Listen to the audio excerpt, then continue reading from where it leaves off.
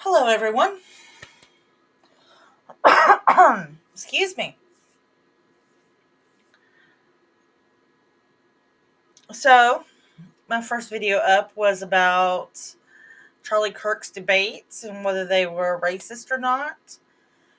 And I got a good uh, view amount from that.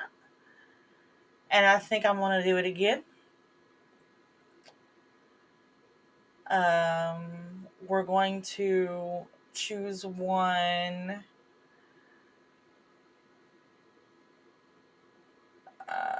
Let's see here.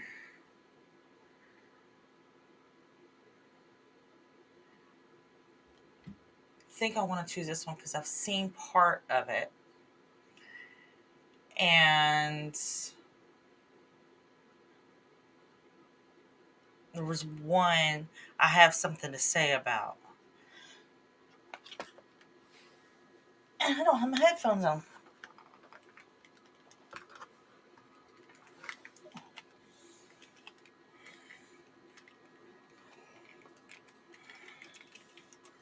There we go. Now I'm ready. So apparently you guys liked it, so we're going to do it again.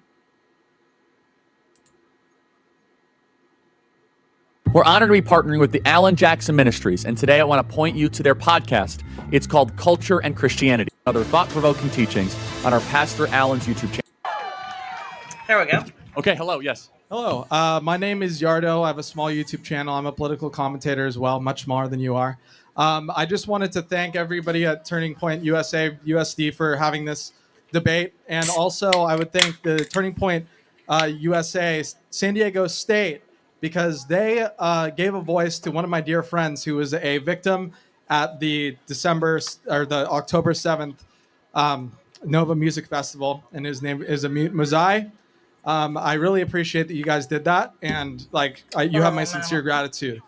I'd also like to Hold on one moment. I forgot something. Hold on.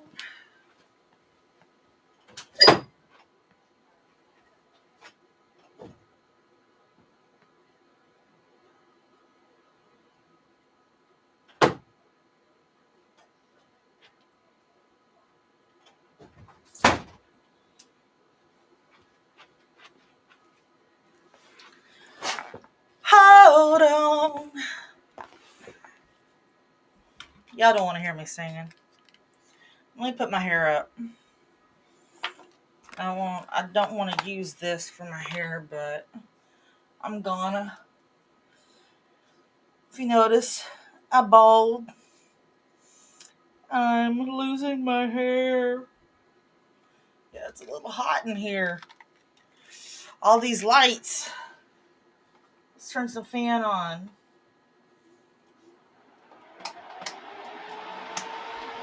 Give me some fan on me. Whew. Yeah. Okay.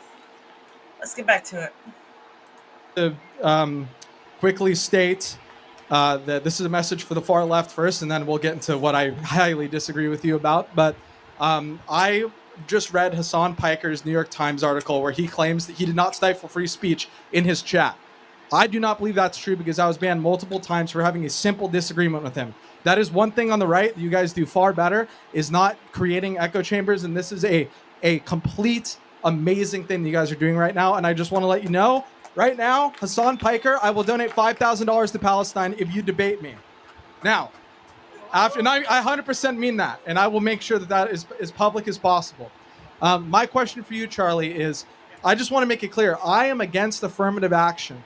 Of course, I do not believe, as a disabled person myself, I do not believe that affirmative action is the entirety of what DEI entails. That being said, I would be fine with DEI gotten rid of if it meant like a true meritocracy in the United States. But why would I agree. So far, what he has said, I agree with. I trust Donald Trump to create a meritocracy when he himself has appointed the least accomplished and the least, essentially, yeah, perfect word, the least accomplished cabinet in U.S. history, at least. I think we had this question come up on another video. I think, but I may be wrong. I might be remembering this one. In my opinion, if you disagree, I can explain why I feel that way. Well, first of all, one thing doesn't have to do with the other, but I'm going to reject the premise that it's the least qualified cabinet ever. So we could talk about that. But even if it was just Donald Trump picking his family members, it has nothing to do with the merits of DEI or getting rid of DEI, right? So that's a red herring. They actually have nothing one to do with the other. One's a repeal of a policy. One is your critique of a cabinet. So which one would you rather debate? Would you rather debate DEI and all of its implications or Trump's cabinet? It seems like you have more problems with Trump's cabinet because we actually might be on the same side of meritocracy. So want to talk about the cabinet? Whichever you prefer. Yeah, we can talk about it. I personally don't see it as a red herring, but we can talk about that. Well, yeah, one doesn't have anything to do with the other, right? I mean, you can personally have hypocrisy in your own life and still do really good things in policy, right? It doesn't necessarily equate, right? Well, I mean, in the way that I see it is that when a lot of people talk about, like when they're talking about their choice to vote for Kamala or Trump instead of Kamala, they talk about the personal aspects of Donald Trump that make them want to trust him, right? A lot of people trust him. You can see the way that people look. I mean, everybody's wearing the MAGA hats. People trust him. Why would I trust him? Oh, okay. So yeah, that is your contention. So yeah. What about his cabinet is unqualified? Let me just ask you a couple examples. So, I mean, Scott Bessent, who's one of the most accomplished bond salesmen and individuals in the hedge fund space ever, right? That's not unqualified. Pete Hegseth, who's actually a frontline warfighter, unlike Lloyd Austin, who never fought a war in his life, right? We have Kristi Noem, who was an accomplished congresswoman and governor from a major state running Department of Homeland Security. You have Howard Lutnick, who's a very famous and well-known financial mind and titan from Wall Street running Cantor Fitzgerald. Marco Rubio, who was a very well-respected U.S. Senator on Foreign Affairs, who's now doing a great job as Secretary of State. So build out your argument why you think this cabinet is unqualified. Seems to me very, very qualified, actually, across the board. Okay, so the first thing I'm going to start with, I mean, this is the most obvious one, and I have many other examples that I'd like to get into, but Pete Hegseth, you mentioned, I think that is kind of, I don't really understand why you would mention somebody that leaked war chats to a liberal journalist. To me, that doesn't seem like the kind of person that I would want to be. Well, hold on, time out. That he did not leak it. First of all, he added the person. The person who actually is responsible was just removed as national security advisor today. Oh, you mean the person who was the fall guy for Pete Hegseth's problem? No, he added somebody without his knowledge. But fine. Okay, so why wouldn't he see him? Why wouldn't he see the person who's in the chat before talking about war policy? So, time out. Just so we're clear, I'm sure you've been added to group chats with 30 or 40 people sometimes, and you enter in with trust that every acronym is actually a government official. Obviously, that will not happen again. Just so we're clear, Signal was an approved chat by the Biden administration. It's an approved secure channel by I'm not talking shit on Signal. However, time out. Let me ask a question about Pete Hegseth. Would you rather have a warfighter or a bureaucrat run the United States military? I would rather have somebody that doesn't have a history of alcoholism. I'd rather have somebody that, I mean, realistically. Wow. So do you think how about Mark Milley and Lloyd Austin? Were they better at running the U.S. military than Pete Hegseth? I mean, I think you're going to probably start talking about how there's higher enlistment numbers. Yeah, not only that. Hegseth. So recruitment in the military is up majorly. Thank you, Pete Hegseth. He's doing a pretty good job. Number two, procurement. We're saving money. Estimates are that we'll save hundreds of billions of dollars in efficiency. War games are up. The amount of war games we're doing in the Southeast Pacific has increased by 30%. This is a military town here in San Diego. They have a massive increase in people wanting to join the Navy, want to join the military. That wasn't happening under Biden. Morale is actually 30 points higher now that Pete Hegseth, a warfighter's warfighter, is running the U.S. military. We have a complete difference. We're never going to agree on this. No, but not an agree, but show me, then prove the evidence. What is one number that is worse with the U.S. military now that Pete Hegseth's in control? The numbers that you're talking about are numbers that I actually actively do not care about, because I think that we have an overly powerful military, and I think too much of our money goes to the military. No, I know, but tell me one thing he's done, numerically, empirically, judge his performance, right? What is one thing that you could say, wow, the Pentagon is in a worst place because of Pete Hegseth? I would say his inconsistent foreign policy, where he backs on statements depending on whether or not Donald Trump has heard them or not. Like in the beginning, we were talking about what happened with Ukraine and Russia. Like they've had disagreements already within the first couple months of the administration. What? But first of all, The president is the commander in chief, so he executes the running of the military. I'm just saying that he's the operationals manager. Right? I understand that. And so when you want a military, you have recruitment going up, you have war games going up, you have morale going up. You have, by the way, how about this? Do you agree that physical fitness standards for men and women should be the same in the U.S. military? Yes. Pete Hegseth is to thank for that. He has brought physical fitness standards to be the same for men and women. Lloyd Austin didn't do that. Mark Milley didn't do that. Do you also agree that we should not have like transgender pronoun type policing of our military members on the front lines of combat? See, the thing is Pete Hegseth has gotten rid of all that, but I'm saying you're trying to make a contention that he's not qualified. Okay. The military is in a much better place thanks to him only after 100 days, man. And that's that is the weakest example of all the ones that you have in the cabinet. You didn't address Rubio, you didn't address Noem, you didn't address Bessent, you didn't address Lutnick, you didn't address Bobby Kennedy, you didn't address all these people. So I have to ask you a question. I can continue addressing people. But every one of these departments is in a substantially and an empirically better place than it was. Okay, including the Department of Education that's been completely defunded, and somebody who literally I'm so glad it's being. Only thing I have to say is the whole, as someone who is autistic, okay, the whole autism scare with Kennedy, that was a no bueno thing. That was a no bueno thing. Defunded. Okay, I bet you are, but guess what? Most Americans aren't, and that's the reality. Wrong. Donald Trump. Okay, yeah, just because you have a bunch of people here saying that doesn't mean that's the reality. Let me prove it to you. Donald Trump ran on a pledge to get rid of the Department of Education. We can agree with that? No, yes or no? Yes. Yes. He won a popular vote. The vast majority of people voted knowing that the Department of Education was going to get eliminated. If you truly believe that the vast majority of people were educated enough about the fact of Donald Trump's opinion voters aren't very smart. Now that's what we're going after. No, I'm simply just responding to what you said. What you said insult the voters. They don't know. No, I know a lot of people that voted for Trump who had absolutely no idea that he was going to defund the. And of course, this is just an anecdote, but I know that this is the truth. Not everybody, when they vote, looks at every single little thing and every little aspect, like you and I might, of why we would vote for somebody. Like we're both political commentators. Right. Fine. And as a political commentator, then I will argue more forcefully against you because now you're not just like a college kid searching for this.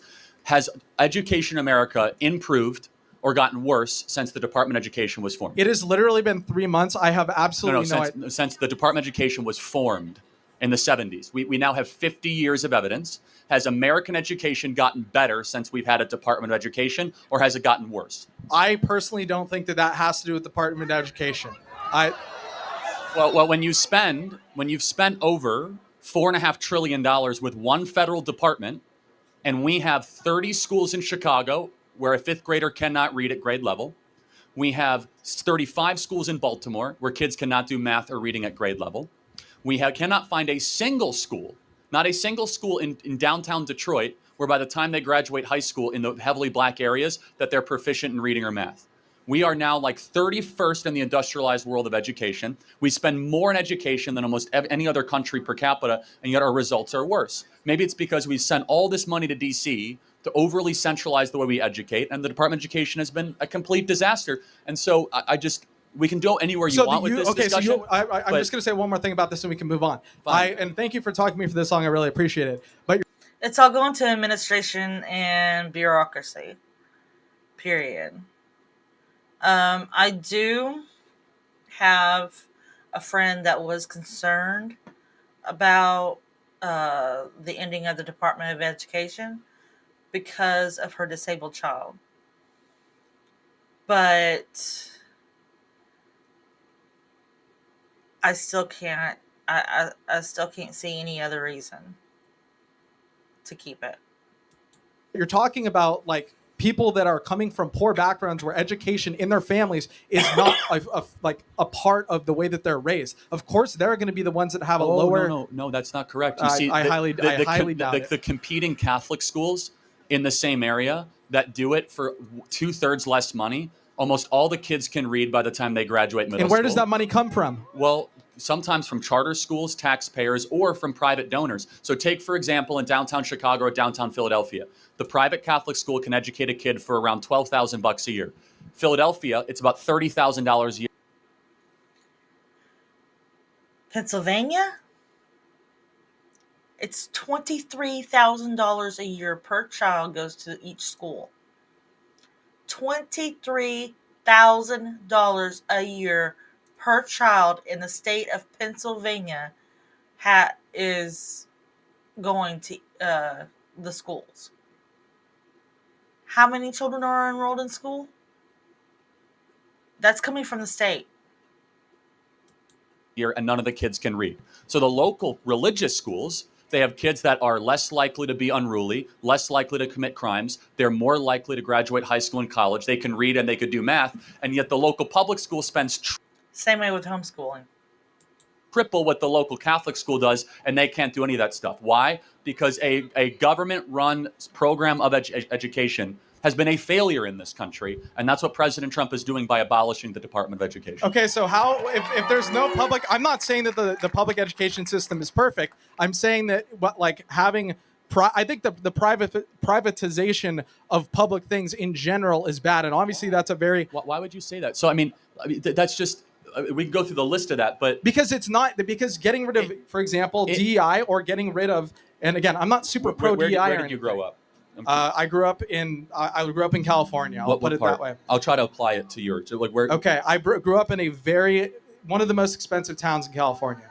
Okay, Montecito. I don't know. I'm guessing. Yeah, no, something like that. I don't want to talk because I'm a political commentator. I'm not saying my name, but I will tell you. Fine, but that seeing that we had three 82-inch TVs in my school for a public school, when other kids in Compton had absolutely nothing, and I know a big part of that why is because that? It's property taxes, right? And so yes. However, let's just get down to the core of it, which is that in San Diego, are the private schools or the public schools more desirable? It's kind of complicated because we have charter schools that are public, we have like High Tech High. We have people pay money to go to private school, right, for a reason. So what is our perspective? The money should follow. You know how much it costs to teach a kid to read? One person and one book. Period. Teachers with one book can teach a whole classroom of children how to read. Think about it. Follow the child. You should have school choice. You should be able to go to whatever the school of your choosing, and it works super well. But the good private schools that you talk about these ones in Chicago, cherry pick data. When we're talking about San Diego, they cost about $40,000 a year. It's not cherry pick data. It is cherry pick data. Talking about a single example of a Catholic school that's publicly funded or funded by donors. There's hundreds of these exexamples. Okay, right? Hundreds of these examples, but the reality is that the majority of them, you have to pay an exorbitant amount of money in order to get into them. Right. So but then what is? That teacher has to care enough to teach them how to read. What per pupil in San Diego? What do you think they charge per student in the public school? Anywhere between $25,000 to $35,000. I have no idea, and I don't think that it has anything to do with the debate we're having. No, it has everything to do with. And I'll just close with this. So there's 21 million people that work for the government in this country. 11 million education. 11 million in education. How many of the 11 million do you think are teachers? I see. You're just coming up. Look, can you repeat your question? Because I thought we were going to continue because we barely talked about anything I want to talk about. Well, no, I mean we did freewheeling. That's what this is, right? So there's 11 million people that work in education in America. How many would you guess are teachers?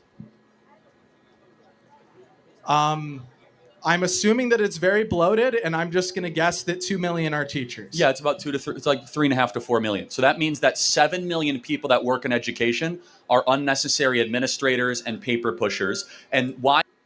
Exactly. And when they up the school money, it goes in their pocket instead of using it for the students. Why is that important? Because we've not been funding teachers or education the last 30 years. We've been funding unnecessarily bureaucracy in our education the last 30 or 40 years. And President Trump goes to abolish it. Thank you for your time. I got to get to the next question. Thank you.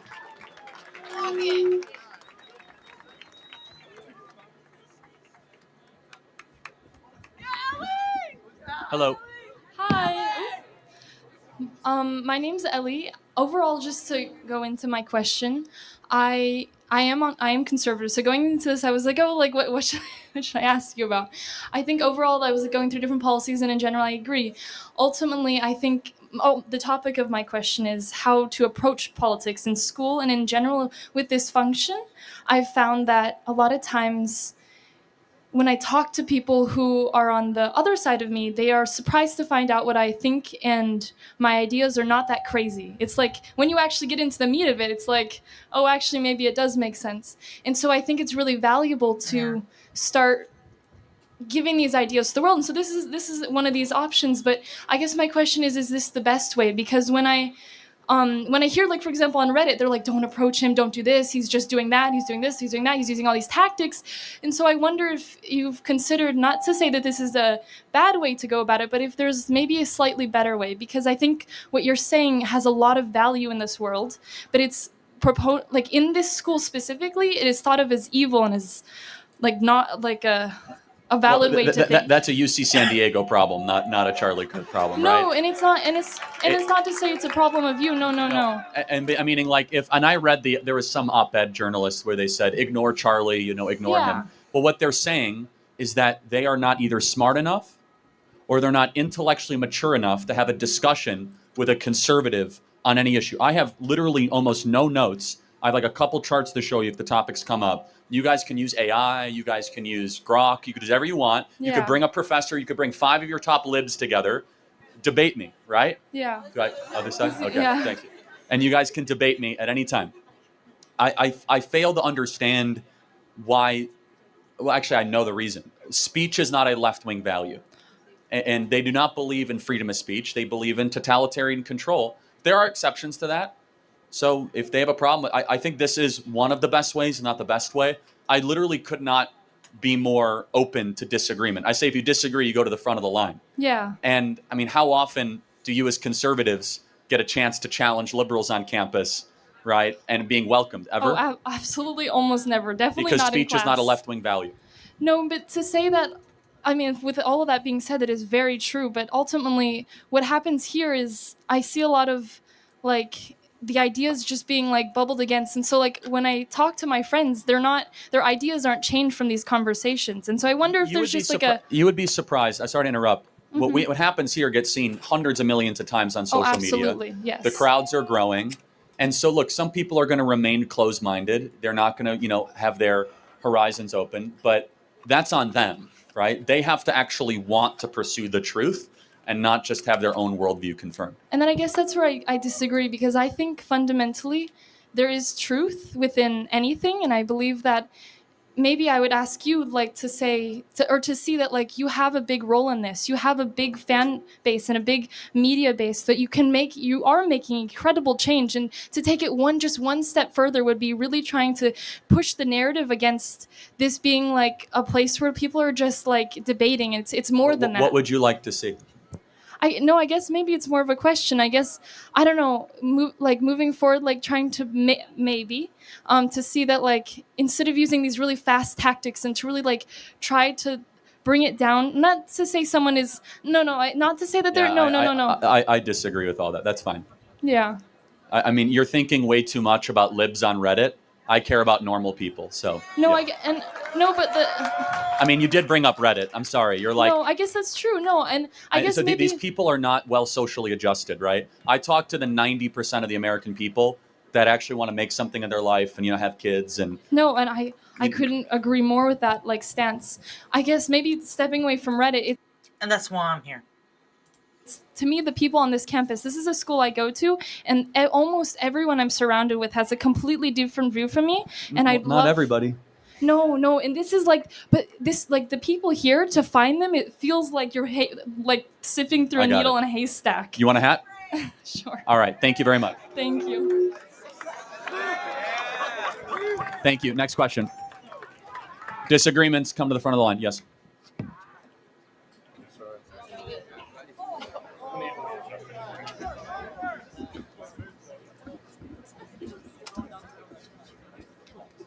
So I have a couple points that I want to talk about in illegal immigration. Is it okay if I say all of them with no interruption? Okay, cool. So first, illegal immigrants power our economy. They're 50% of U.S. farm workers, harvesting the food on our tables, and fill 70% of construction jobs in states like Texas. They pay 13 billion annually in taxes, including 2 billion to Social Security that they can't claim. Deporting them would slash agricultural output by 60 billion and raise food prices by 6%. Why On stolen Social Security numbers. gut our farms and wallets when these workers fuel our prosperity? That's my first point. Second point, they strengthen our communities with lower crime rates. So in Texas, undocumented immigrants. Lower crime rates. I can give you anecdotal anecdotal.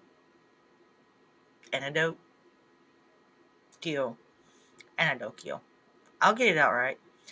Evidence of crime done by illegals. Anecdotal. Anecdotal? Is that the word? Have a 26 lower percent homicide conviction rates. So, which is 2.2 per 100,000 versus 3 for native-born citizens. Nationally, immigrants are incarcerated at half the rate of native-born, where it's 0.85% versus 1.71%. That's according to Bureau of Justice Statistics from 2019. So, if safety is your goal, why deport people who make our streets safer? This is my third point. Mass deportation tears apart American families. Over 4.4 million U.S. citizens, children have an undocumented parent, and in Texas, 1 in 7 kids lives in a mixed status household. Okay, this is my fourth point. Deportation is a fiscal nightmare. Removing 11 million people would cost 315 to 400 billion, more than the entire Homeland Security budget, and shrink our GDP by 1.7 trillion over 10 years. And this is my last point. Our immigration system is broken, pushing people to cross illegally. Visa waits Mexicans can exceed 20 years, and the asylum blockage is 1.3 million cases, with hearings 4 to 6 years out. Okay. You done? That's pretty much it. Yeah. All right. So without looking at the phone, look at me. What Sure. should the penalty be for breaking into America? I think there should be a system where it's more merit based. So if this person No penalty. So what is the penalty? So what should happen to you? It's not a felony. It's a misdemeanor. No, it is. That's not true. It's 8 USC 1312. You can look it up right now. It's a felony if it's done twice. If No, you try to cross that's the not border, that is correct. That is not correct. I googled it, dude. To illegally go across the southern border with the well intent to come into harbor yourself into the interior of the United States, the violation of 8 USC 1312, which is a felony in the federal criminal code. Now, it can be enforced as a misdemeanor, or it can be upwards to 5 years in prison. Okay. Now, I want to know, since it's a felony, law in the books, 8 USC 1312, what should the penalty be? Well, in my opinion, these kinds of laws are usually they're what do you call it? They're sorry. Usually the sorry. Wait, sorry. Can I check my phone real quick? I apologize. Can you repeat the question? Sorry. What should the penalty be for someone that breaks or comes into America illegally? What should the penalty be? I think there should be a merit system where the people. Okay, the penalty. All right, that's not the answer. It's a very simple moral and legal question. Okay. What should the penalty be if you come into America illegally? Okay, so since it's a misdemeanor, not a felony, misdemeanors I just told you it's not 8. You can look up on your chat GPT what is 8 USC. Look up what is 8 USC 1312. No, I know. I've already looked it up. Yes, when it's your second time crossing the border illegally, then it becomes a felony. It can be, and it is enforced as a felony, and it usually is done as a misdemeanor citation because no one has the stones to do 20 million felony applications. Okay. So I just want to ask, what should the penalty be then for someone that comes into this country illegally? Usually there's 3 ways that go about this when there's a penalty. There's either like a fine, or there's some kind of public service that this person does, or you send them back. Send them back. I agree. That's what we should do. Okay. So this is interesting. So one of the statistics that I read said that illegal immigrants don't cause as much they don't break the law as often as people who are native born. Well, hold on, that is a statistic. But no time out. But dude. every single one of them are criminals. Time out. They're all criminals. Okay, sure. By law. Well, hold by on. law. No, no, okay, no. by law, of course. But Of course they are. wait, so I if they agree if that they if they commit less crime and they're all criminals, wait a Okay, second. so By you're- I want you to see this.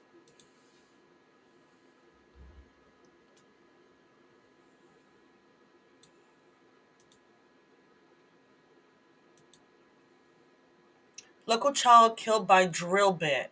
Warrant issued for stepfather. This happened in 2006.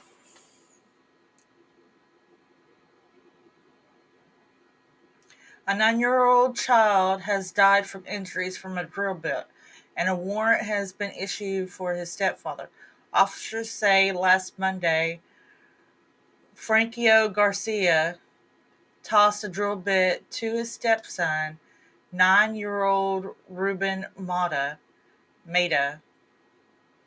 The boy caught the drill, but the drill bit pierced his chest. He is taken to the hospital where he died Sunday.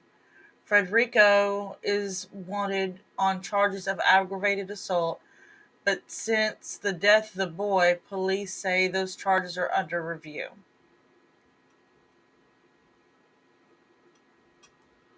And there's not any more.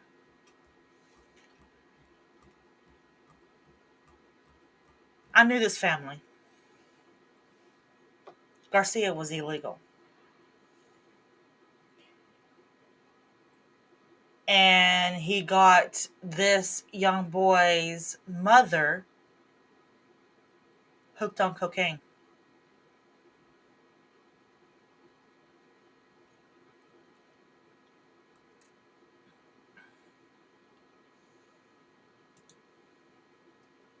Back to where we were at. definition, Yeah. they all have broken the law by being here, and they break Okay. the law every day by staying here, because you're Okay. actually not allowed to stay here either. Do you know that? Yeah, So yeah, every yeah. day you're here, you're actually continually breaking the law. Mhm. You can't break in or harbor. That's what the federal law says. Okay. So by breaking in, it's not just the only law they broke. Every second you remain here, you're also Yeah. breaking the law. So that statistic is invalidated by just them breathing here. They're breaking the law. No, of course not. Of course not. So, of course, it makes sense for them when they're here. They're breaking the law because they're illegal immigrants, obviously. But once they're okay, yeah, of course. So once they're here, once they are here, what kind of harm are they actually doing? When you look at the numbers statistically, lot. No, that's not true. Okay, Black so look, wages have in gone Texas, down. okay, in Texas, DUIs have gone up Can you dramatically. try not to interrupt, bro. Well, Okay, hold so on. I'm interjecting, and I let you go uninterrupted with your whole soliloquy, true, yeah, right? thank you. So let me ask you a question now. okay, So, if it is correct yeah, that illegal aliens commit less crimes, which of course it's not correct. that is correct. Look No, it up. In but Texas, they made a study in 2019. 26% are is lower. any crime? It's just not correct. But I'm That not is going to debate that. correct, It's I just proved it at its face because they commit. How do illegals commit less crime when the coming over here illegally is a crime? They're automatically criminals. That makes some sense. Commit a crime by being here every day. That is a crime. Okay, once they are here, what kind of crimes are they committing? Which is Okay, well, they're okay. 26%. Do you know the name less. Laken Riley? No, educate me. Oh, you don't? No. Do you know? Wow. Do you know the name Rachel Morin? No, I don't. Wow.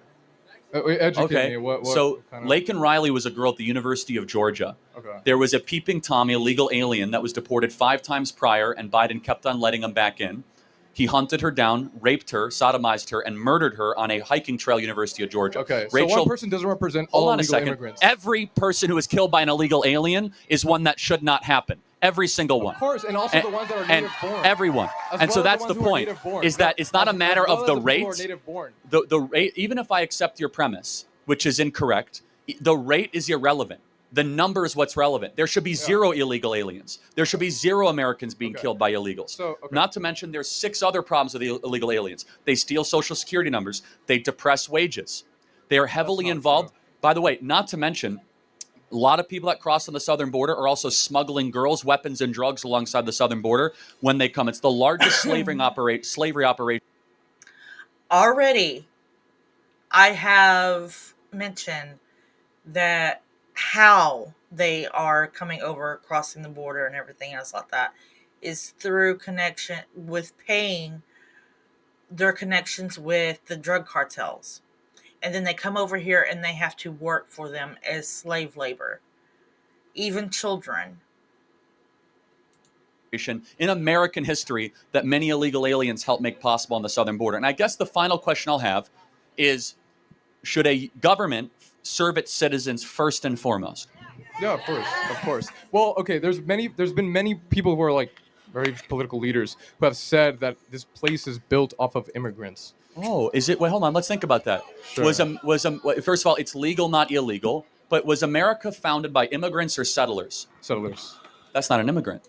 Yeah. Okay. An Well, that's not immigrant my point. My point is that just people brought up the nation built by immigrants. Yeah, We're actually not. Because the political leaders have said that this place is built. Yeah, and they're from wrong. They're wrong. Political yes. leaders are wrong. George Yes. W. Bush is wrong. All these political leaders who have built America. By the way, wrong. the first person to say that was How is that wrong? When illegal Hold on, 'cause immigrants make, they grow the economy. Okay.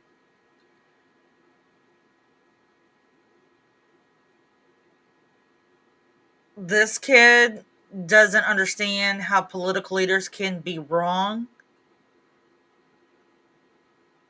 They're known for being wrong. Allow me to build it out for you. Sure. Immigrants have helped at times in American history, but we are first and foremost a nation founded by settlers. Immigrants come to a country already built. Settlers come to a barren place and build something new. Right. This land was barren when people came. In the 1840s gold rush, this was not an easy place to live. Yeah. California was not exactly industrialized. There was not immigrants coming west to California. Those were settlers building a new place around, Western values. Finally, I would just ask the question, do you see a moral distinction between a legal immigrant and an illegal immigrant? Well, the argument is that they're cutting in line. Like their argument is that they're cutting in line in the 20-year process that it would take for someone to cross illegally. It's not 20, but yeah. At most it's 20. At most it's 20. Right now there's around like 1.2 million people who are currently waiting that would take 6 to 7 years for a hearing. And by the way, no one has a right to come to this country, to be clear. Let me stay on track of what I was going to say. Okay, so people who come here usually, almost all the time when they come here, they benefit society. There's studies that have done this. Not necessarily. Not necessarily, but overall in general. But no, when you look overall I in general, fundamentally disagree with that. You can't disagree with a fact. Hold on. Do you think Ilhan Omar has enriched the United States of America? I don't know who. Do you think Rashida Tlaib? I mean, I could go through person by person. So I don't know these people. Are these people who have are illegal immigrants that have caused harm? Yeah. If you don't know, I don't mean to pick on you. It's fine. Okay. But I guess the final question is: Sure. Do you have any concern that there are too many people coming into this country and we're a nation of strangers, not a nation of neighbors? If the people who are coming are creating America, making it more growing, like the economy is growing, then what harm is that doing? Especially if the people who are coming more than an economy, though, aren't we? We're a culture. We're a language. Yeah, we're of course. people. Okay, so let's talk about that front. When they come here, they don't have any kind of. They're not committing more crimes than the people who are already here. Again, that is a statistic. We've already dispelled that, but that is not. You can't dispel a statistic. Let's take California. Do you think there's anything wrong that a majority of young people in California speak Spanish, not English? Wait, sorry. Can you see that? Do you think there's anything wrong or troubling to the fact that a majority of people under the age of 30 here in the state speak Spanish, not English? Is there a problem with that? Well, yeah, everyone should be able to have a ability to communicate with the rest of the crowd. So I don't know what the big issue of that. See, I think it's a huge problem when we have a nation where you can't communicate with your fellow neighbor. Simple solution: teach them how to speak English. What is your point? And our schools don't do that actually. And also, have a better solution. Yeah. Don't import a bunch of people that don't speak English. You mean importing people who actually grow the economy? Well, who don't reject. What? I reject your premise. That's not a premise. That's a study that's been done. Do you know what a premise is? I don't actually care as much about economic growth because we're one nation under. We're one nation under GDP. Working under the table is not growing the economy. We're not one nation under GDP. We're a nation under God. Yeah. And when we working under the table and sending money back to Mexico to your parents and your siblings and all that kind of stuff like that is not growing the U.S. economy. Lose social cohesion, and you import a bunch of people that don't share our values, that don't necessarily always assimilate. That's a major and serious problem. And we are a people first and foremost with a creed, and that creed is falling apart. Mass migration has not helped that creed. Yes, they might buy more trinkets. They might help depress wages. Mass migration, of course, can help all them. good things, all great things for America that needs. They help major corporations, but you know what they also do? They keep down the wages of working people. If you are a plumber, yes, of course. If you think about it, if you're a plumber, electrician, or a welder, and you have to compete against someone from Nicaragua who's willing to do it for $5 less an hour, that depresses the wages of the American citizen. Right. Yeah. So there's been studies that have done that also like counteract that. Illegal immigrants. Well, let's use our reason. Let's use our reason. Our studies. Let's use our reason. How about statistics? How about our reason? So we've had mass migration for 20 years. I want to know who paid for these studies. Have wages gone up? I don't know. No, they haven't actually. Yeah, okay. So forget your studies. For 10 years we've had 30 million people come into America. Wages have gone down dramatically. Yeah. Maybe there's a reason why. Okay. So what I encourage you to do, just because there's a study that confirms, you should use your reason and look actually at self-evident truths. Be like, does that make sense? Can you name statistics are self-evident? Well, not always. Who paid for the study? Who did the study? Always ask yourself, who paid for the study? Who did the study? And what are their preconceived beliefs? Why was the study done?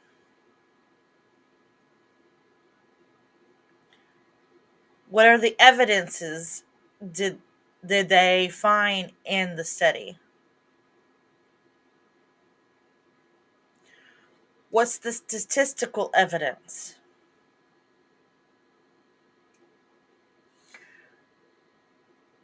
What loopholes are there in the study's evidence? Like, let's say, the very fact that illegals are undocumented, so you can't find them. You can't tell that they did the illegal thing. So a lot of the crime the illegals do go unpunished. Statistics are very misleading. Yes. Like, for example, I could say, did you know that 600 people a year die because of seatbelts? Well, that's a misleading statistic because over 100,000 lives are saved by seatbelts. That's an incomplete statistic. Wait, okay, so so that's a gray area. So where's the gray area where people are talking about where 26% of illegal immigrants who come here commit less crimes than native born? Okay, how many times have we been over this? That's just not correct. Well, that is correct. That is correct. Every single crime. It doesn't matter about the rate. This is a study that was done in Texas, the most diverse, second most diverse state. Every crime an illegal commits is one that should never have happened. Okay. It is a period. Yeah, of course, they should not be here. So I don't care about the rate. The rate is irrelevant. So let me just ask one final question. The rate is relevant. Someone broke into the country and cut in line. What should happen to them? Well, they're given. Ideally, there's a system. Ideally, there's a system that's merit based where these people then become part of the citizen. Like, they become a legal citizen. Yeah, I mean, we have clarity but not agreement. I say deport them all back to their country of origin and put Americans first. That's not an appropriate solution.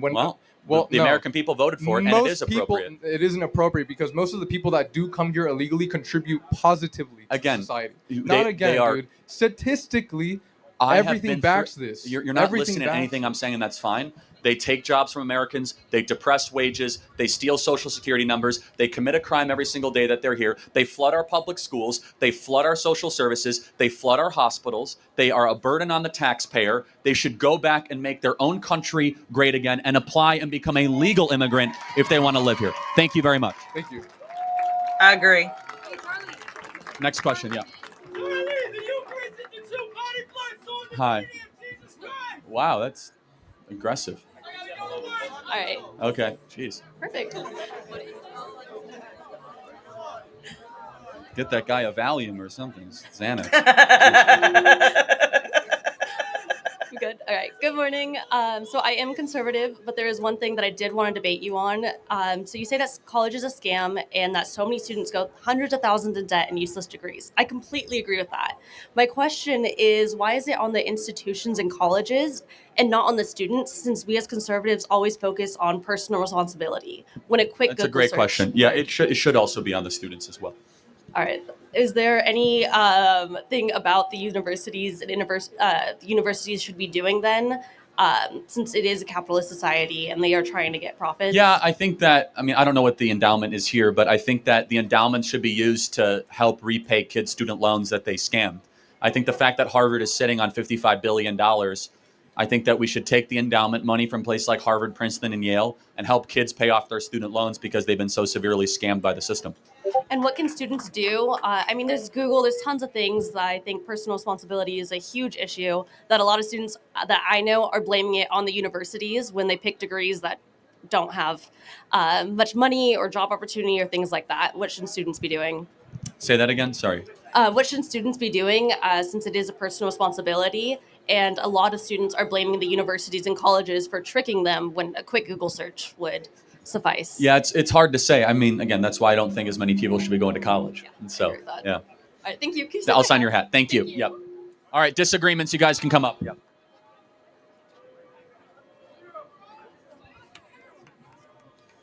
Yes, if you guys disagree, come on to the front. Come on. Hi, Charlie. Thank you so much for coming here. I think it's really good that you come to campuses and talk to people who disagree with you.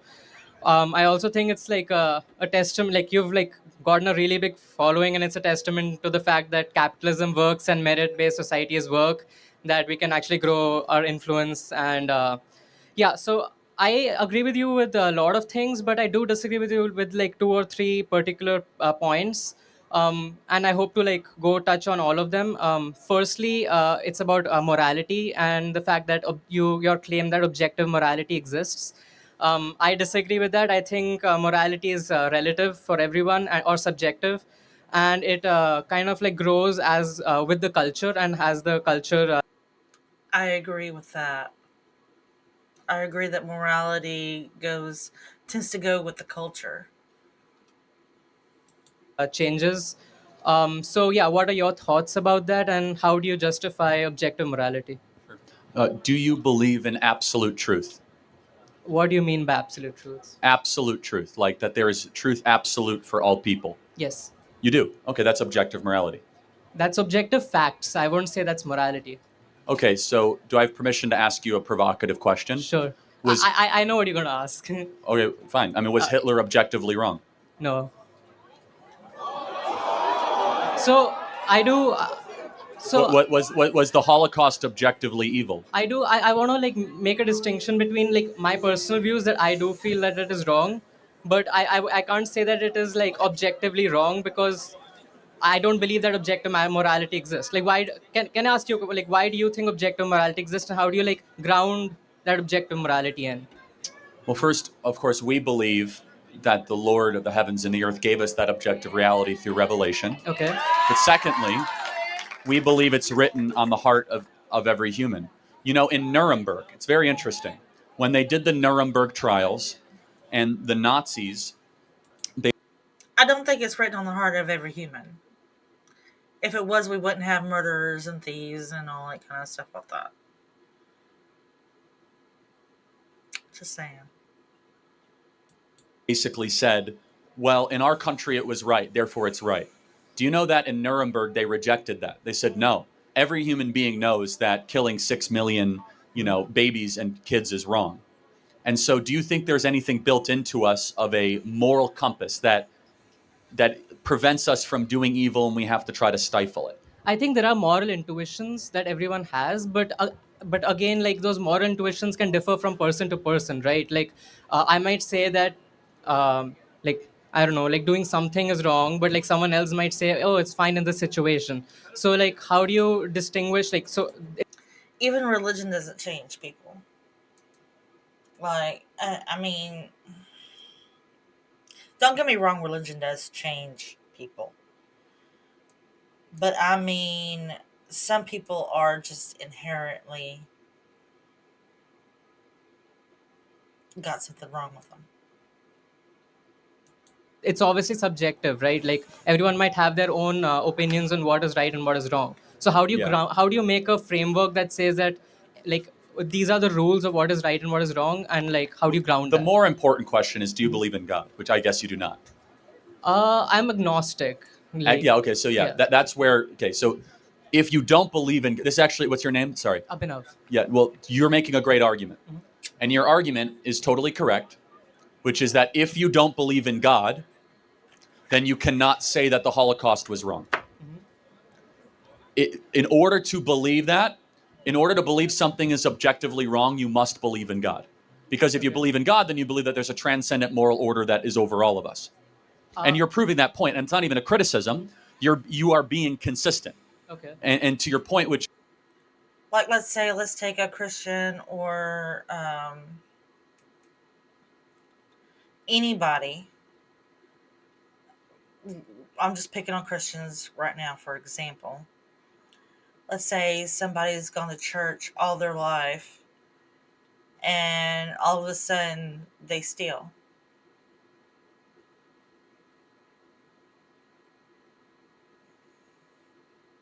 Now, you can raise the question that of their Christianity,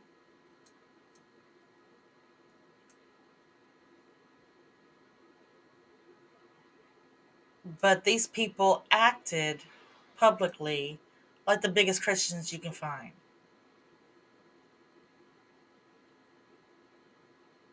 Some people, there are some people who just inherently have issues, ill will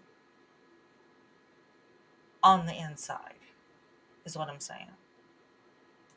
is that so we believe that there is a God that has rules for life. We believe that was given to Moses primarily at Mount Sinai. Thou shalt not murder, thou shalt not steal, thou shalt not commit adultery, and that every society and every culture lives under that natural law. And so, but it's very interesting that if we get away from the idea of a belief in God and the transcendent, you can see how dangerous that is for society, right? I wouldn't say it's dangerous because it really depends on what the morals the society.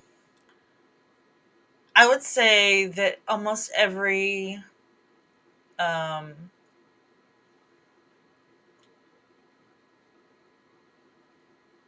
criminal out there has either parents or grandparents that were deeply religious.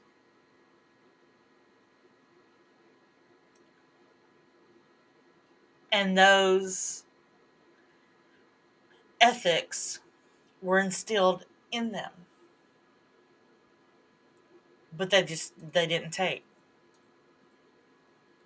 something, whether it be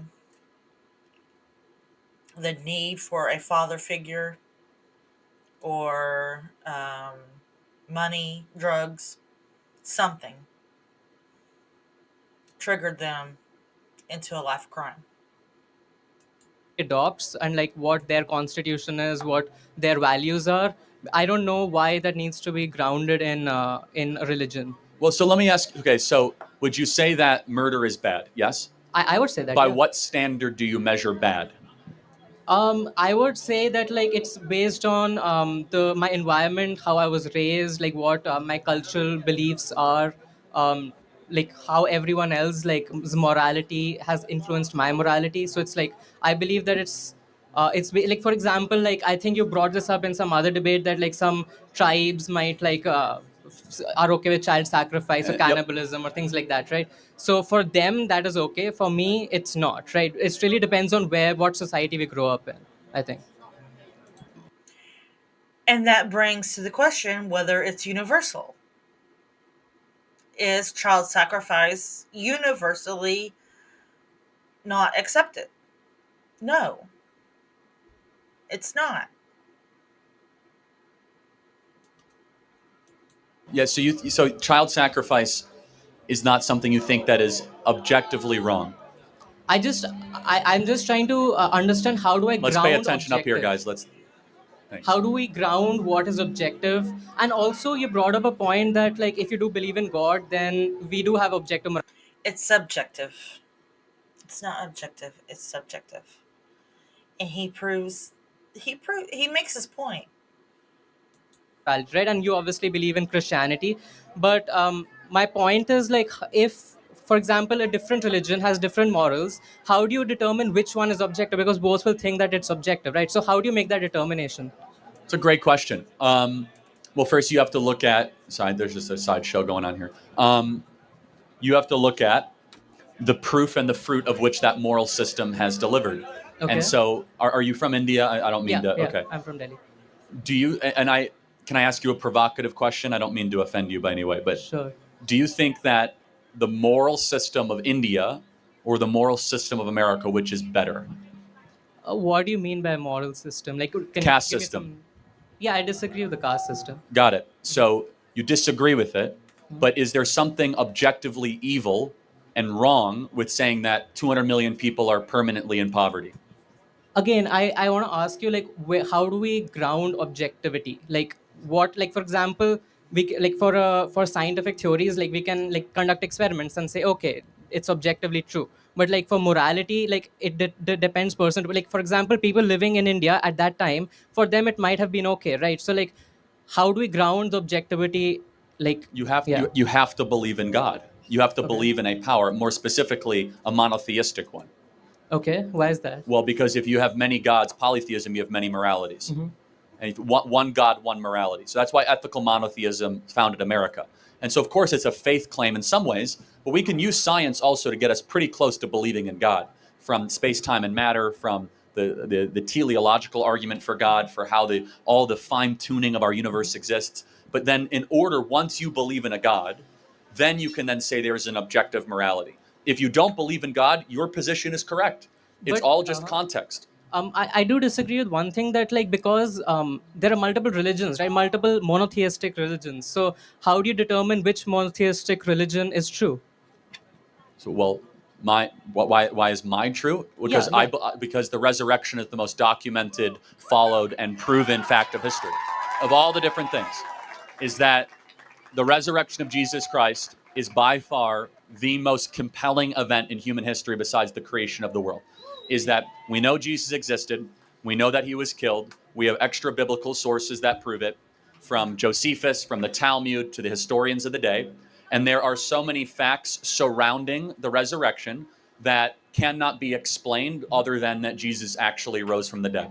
From why use female witnesses? We know that he was in the tomb of Joseph of Arimathea. We know that the tomb was empty. Where did Jesus' body go? For example, if you wanted to disprove Christianity, why didn't they just march through the streets with Jesus' corpse and say, nope, actually, he is not risen from the dead. Here he is right now.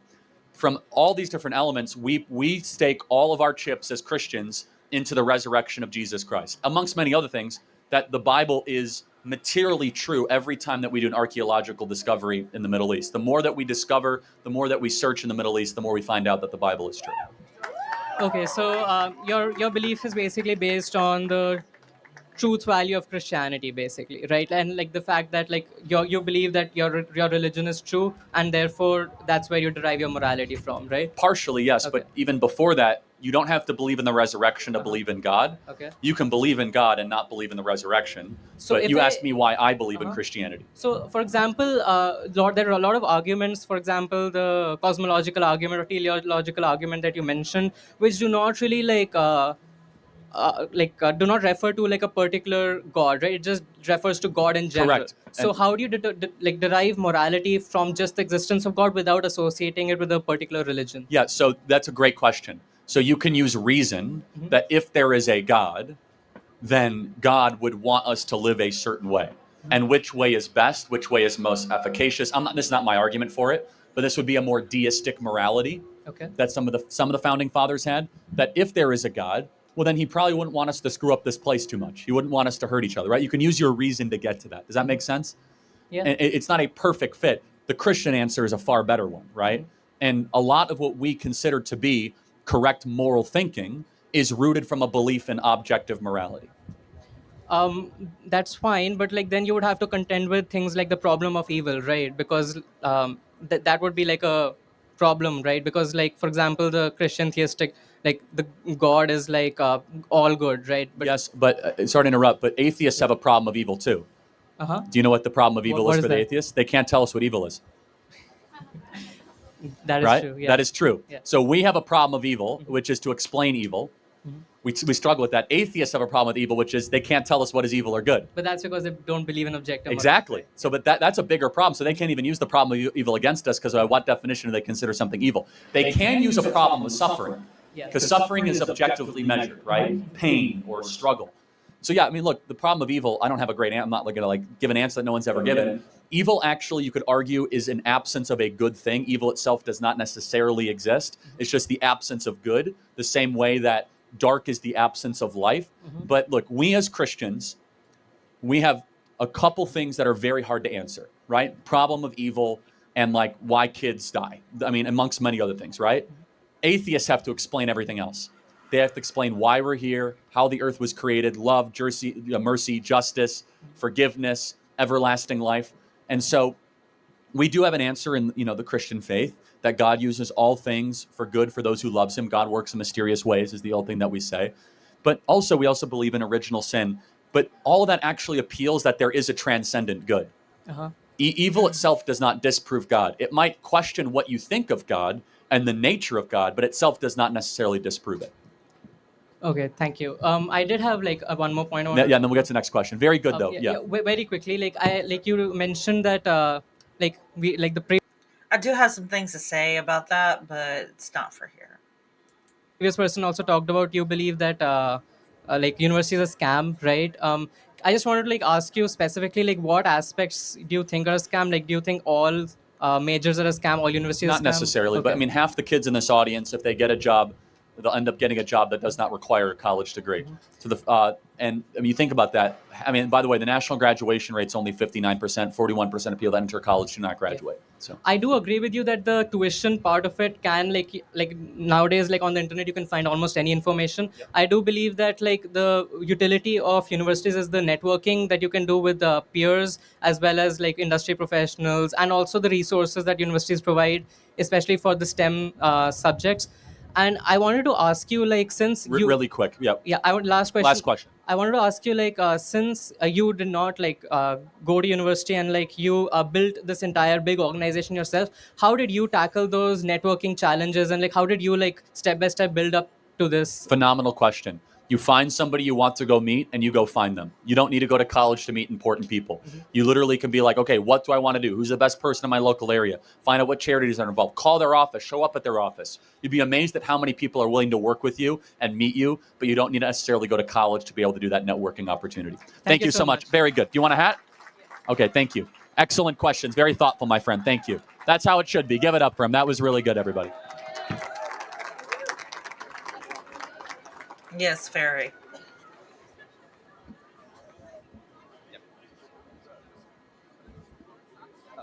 Charlie, can you throw me a hat?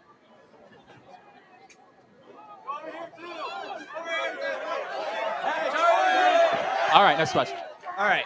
So I would like to ask you about for abortions, right? How do we explain to those who are for it?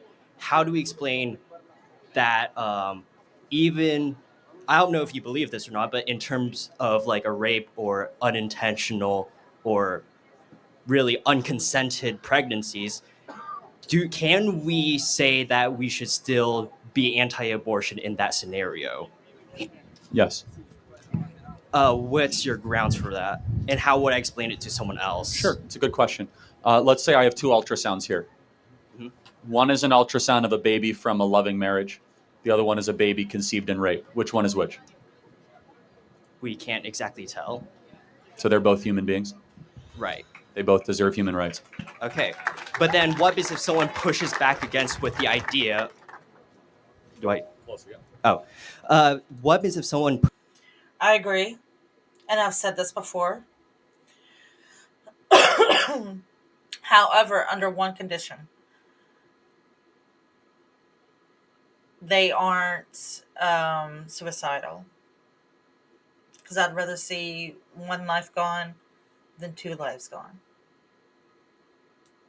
pushes back with the idea that now, in terms of the mother, right, one of them was willingly conceived while the other one was a forced Yeah, I mean that's a fair argument.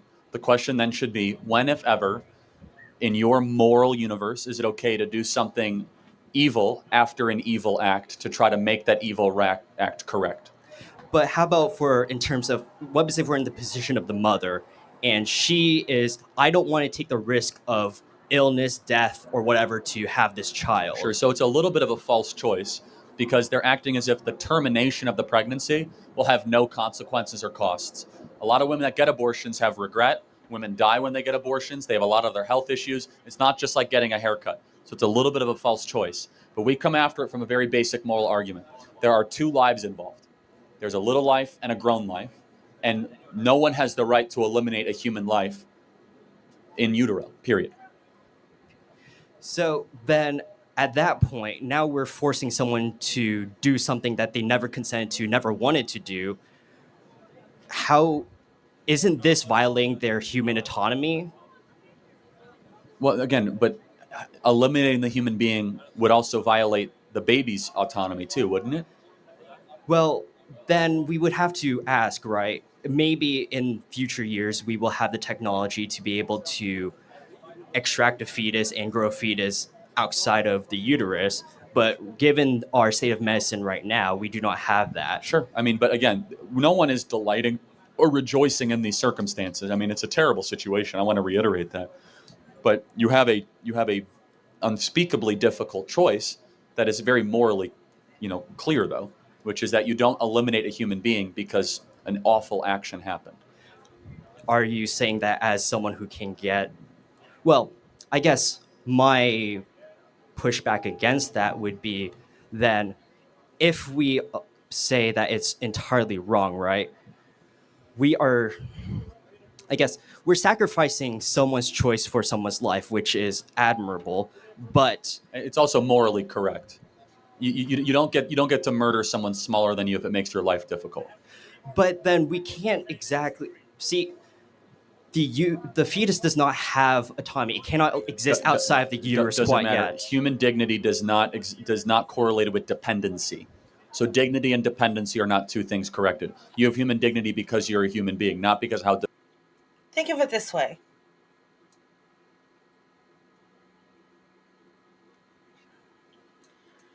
During slavery, blacks were not considered as human.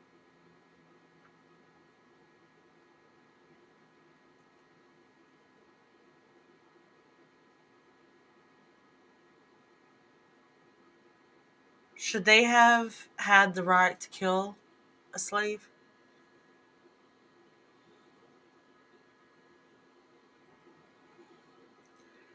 Now,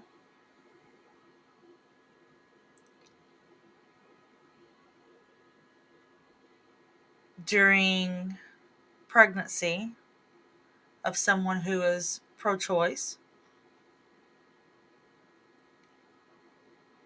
they don't consider it human.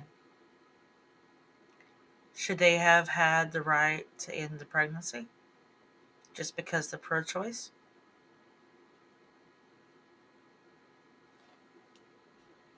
Life is life. Scientific definition of life is the splitting of atoms to duplicate itself. Life is life. Life begins at conception. That's the scientific definition. Dependent you are. So would you say that viability happens when viability is irrelevant? So then at what point does human life begin then? Conception. Conception, not even sperm or that's conception. Eggs. Okay, that's conception. That's well, I just wanted to get when an egg is fertilized. When an egg is fertilized, human life begins. Okay, so then when it's still a single cell with both chromosomes pairings, right? Well, it creates new DNA, right? So once the sperm and egg meet, literally something magical and inexplicable happens where new DNA is formed. Okay, and then what happens? So then it attaches to the uterine wall, and I can go through the whole gestational process. All right, so then we have the basis of human life. Now, what is if within the uterus, now that life is still alive, but is unable to proceed to, like, let's say actual birth due to some medical situation that has happened. Well, has the baby died without outside intervention or with outside intervention? Let's say that is it an ectopic pregnancy or what? You got to be very clear about the type of. The amniotic sac has that's ruptured. an ectopic pregnancy, right? So Right. yeah, you can remove the baby from that situation without aborting it. The baby will die outside of the womb, but you Right. do not have to abort it. So those are two different things. The removal of a baby is what's called the cesarean section. You can do that very early on. Now, ectopic pregnancy is very real. It's very terrible, but you can solve an ectopic pregnancy outside of having an abortion. But okay, so then what creates an abortion? Is it the heartbeat, the removal of the fetus? What exactly Well, is so that? I don't want to go too deep in this. Do you know what happens in an abortion? I mean, maybe you don't. They Let's actually get the definition of abortion.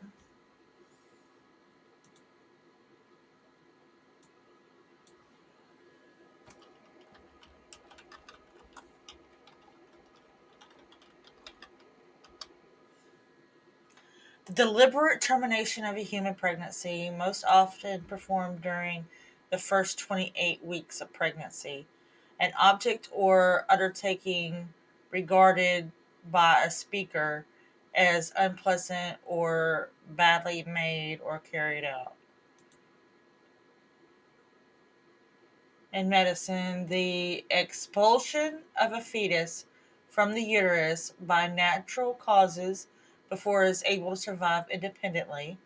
Biology, the arrest of the development of an organ, typically a seed or fruit. So what he is explicitly saying is an abortion. A cesarean before the fetus can survive independently is an abortion. literally will break the back of the baby's skull, right? They will insert to the back a syringe of cyanide poisoning until the baby no longer. I mean, this is one of the most gruesome things. Everyone who's pro-choice, in my opinion, has a moral obligation to watch a video of an abortion just to know kind of what you're supporting. It's so beyond inexplicable. But yeah, look, I really quick. What's the final question on this? Because I want to keep moving. Oh, sure. So you didn't really finish the question of when can we do that procedure, right? If there's still a heartbeat. I don't think we should ever. In other words, an abortion is the act of removing a baby to begin with before it's liable.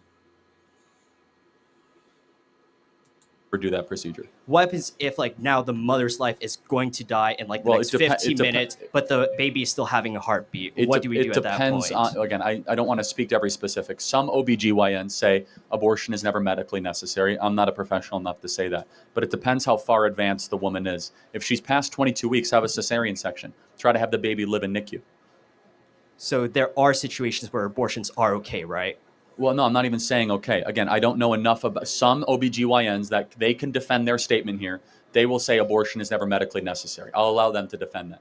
I don't know enough about the details there to be able to say that. So you're saying that you do not have a statement of whether abortions can never be true or... Abortions can be medical or natural. A miscarriage is considered an abortion. Always. It is murder. Whether or not an OBGYN can prove to me, of which there's a lot of debate, it is ever medically necessary. So take, for example, if a baby is 26 weeks and the baby's, the mom's life is in danger, deliver the baby by C-section. Don't terminate the baby. Does that make sense? Yes, The baby can survive outside of the womb. Okay, at that point, yeah. Thank you very much. Appreciate it. Next question. Hi, Charlie. Oh, thank you. Yeah, that's fine. Good to go. Thank you. Let's start off by laying some things that I think you and I would both agree on first. I'm sure you like our Constitution. I'm sure you're a big fan of our Bill of Rights, the habeas corpus inclusion in the before even the Bill of Rights in the Constitution itself. When we look at the current league of deportations that's happening, particularly when it predates to Kilmar Abrego Garcia, right? He is a man who hasn't had his due process. He never had his day in court. That's not true. You know that he spent 4 years in court from 2017 to 2021. In fact, No. so much so that the judge even ruled on his immigration status, saying that he could be deported at any time for any reason. He, That court order actually elapsed, so it wasn't valid at the time of his deportation. If we want to go through these, we need people to have their habeas corpus rights. We need people to have the ability to show up in court and actually exemplify their have their case be heard in front of a judge, be heard by a jury of their peers, pardon, and have a chance to be. Okay, but again, I've done this so many times. Let me just pause, and I don't mean to pick on you. How hard the left is fighting for this MS-13 scumbag is just remarkable to me. It's like it's like that you. I'm not trying to pick on you. Let me make a broad statement. The worst person in the world. He could be an But absolute scumbag. is he a U.S. citizen? No. Oh, that actually changes things. It does, absolutely. And so, but it does not change due process. Yes, it does. The Alien Enemies Act says you do. That's not correct. Okay. The Alien Enemies Act says you do not have to give due process to those that you are deporting. It is not correct. So they invoked the Alien Enemies Act. What does it take to invoke that act? And signature from the President of the United States to say that you are being invaded by a foreign power or assisted by a certain force on enemy ground. Correct. He was part of MS-13, which is a paramilitary arm of the Venezuelan government. So, but in order to enact that act, don't we need a war declaration? Oh, yeah. No, that's what he did on day one. He said that we're being invaded. Does he have that power? Yes. I thought that was a congressionally approved thing. No, that's not correct. The President of the United States has an ability within a 90-day emergency clause window to say that we are being invaded by a special power. It's called the War Powers Act of 1990-something. The War Powers Act gives the president the authority for 90 to 100 days to declare that we are being invaded. And we have been invaded, by the way, by MS-13 and Tren de Aragua. It's a material fact. Considering, one of the things that's super important when we consider law is the spirit of the law. And do we really believe that these laws were enacted with the spirit in mind of gangs being associated as arms of a state? Potentially. MS-13 and Tren de Aragua are not Venezuelan arms. They're not. No, MS-13 is. That's not correct. But let me throw it back at you. MS-13 is El Salvadorian and also Venezuela. Yeah, Tren de Aragua is Venezuela. MS-13 is El Salvadorian. He signed Declaration of Invasions against both. But let me challenge you on this, because you're coming after this in good faith. Was the First Amendment written in the spirit of Facebook posts? Can you clarify a little bit? The First Amendment. Wow. The Bill of Rights, ratified in 1791. Wow.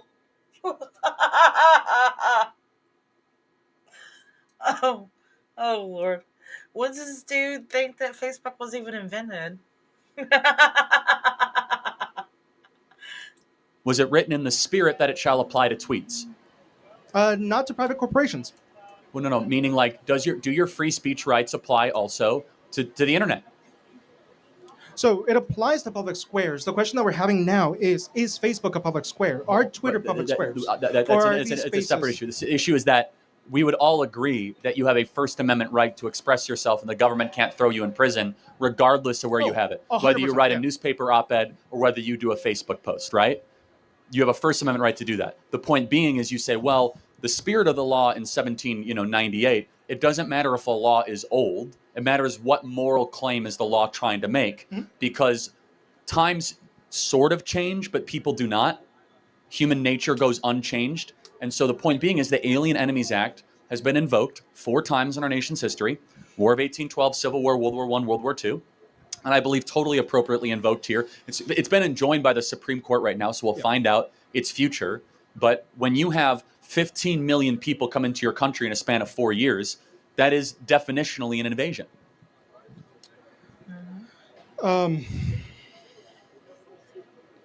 Yeah. I guess an invasion requires a certain commitment from a state, right? It's a big difference between an invasion and an immigration wave is whether there's a state operating. Or a force. The cartels, man. The cartels operate like a state. The cartels are the reason that a lot of these people are able to make it up to the border. They pay money to the cartels. The cartels are using drones. They're using speedboats. They're using helicopters. The cartels act like a government. In fact, the cartels run the Mexican government. The Sinaloa drug cartel is more powerful than the Mexican Mexican government. I would agree with labeling these terrorist organizations. I think they have the funding, they operate, they have such. But there's a key distinction between a government entity and a terrorist organization. Hold on a second. We declared war on Al Qaeda. Yeah. What government was Al Qaeda? We can declare war on terrorist organizations. No, I know. That's what I'm saying. So, if we signed the Alien Enemies Act against Al Qaeda, it would have been perfectly fair and appropriate, obviously. And Al Qaeda is not a government. What I'm saying, though, is that the cartels, the MS-13 and Tren de Aragua, they are being supported by governments. They're harbored in governments. The Alien Enemies Act, of course, applies to them. These are enemies here on the mainland of America doing harm. And Kilmar Abrego Garcia is a member of MS-13. He was a wife beater, a child abuser, here illegally. He had a deportation notice on his head. And now he's back in his country of El Salvador. And we should be happy that he's home. So I can grant you that he might be all these things. It does not mean that he doesn't get a day in court. But as a non-U.S. citizen, though, the Alien Enemies Act allow us to expeditiously remove him. It's just the way it works. I mean, no, you're right. But and now that's not the case. We can The Supreme argue Court's whether that was a correct invocation, right? but that's irrelevant. The Supreme Court has now said no more, so there will be no more. But in that specific case, nothing was done illegally. The only argument you might have is that the judge says you could deport him anywhere except El Salvador. So we probably should have just deported him to, I don't know, the Congo, and everyone would have been happier. Hilariously, they said, oh, he's in a foreign jail. No, he's not in a foreign jail. He's an El Salvadorian in his own country. He's not an American. If he would have went to Gitmo, that would have been a foreign jail. Yeah. Okay. And then, let's see. Thank I you. think that's it for me. Yeah. Thank you very much. Could I ask you for a red hat? Yes, sign? absolutely. Thank you. Yeah. Thanks. Great question.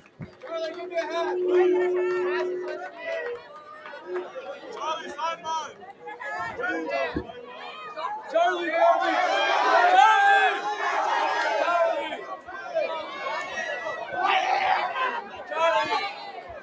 Yes, sir. All right. Hi, Charlie. My name's Gabriel, and I'm a senior in high school. And I want to tell you this. I don't know much about this topic, so I'm here more to learn, but I also want to provide a point of view. So I wanted to speak about Trump's tariff policy. So since January 2025, Trump has had one of the worst presidential terms concerning the economy. And there are statistics to back this up. S&P has dropped 8%. Dow Jones has dropped 7%. The Russell has dropped 12%. The way I understand it, tariffs are a tax that are passed on to consumers. They impede upon the world free trade and increase the cost of imported goods. This not only has tanked our economy, but is actually putting small businesses across America out of work. Middle-class Americans that voted for Trump believing... Let me clarify this. He said that... Now, this is the reason why I wanted to do this video. Okay? He said that tariffs were taking small businesses out of work. No, they're not. No, they are not.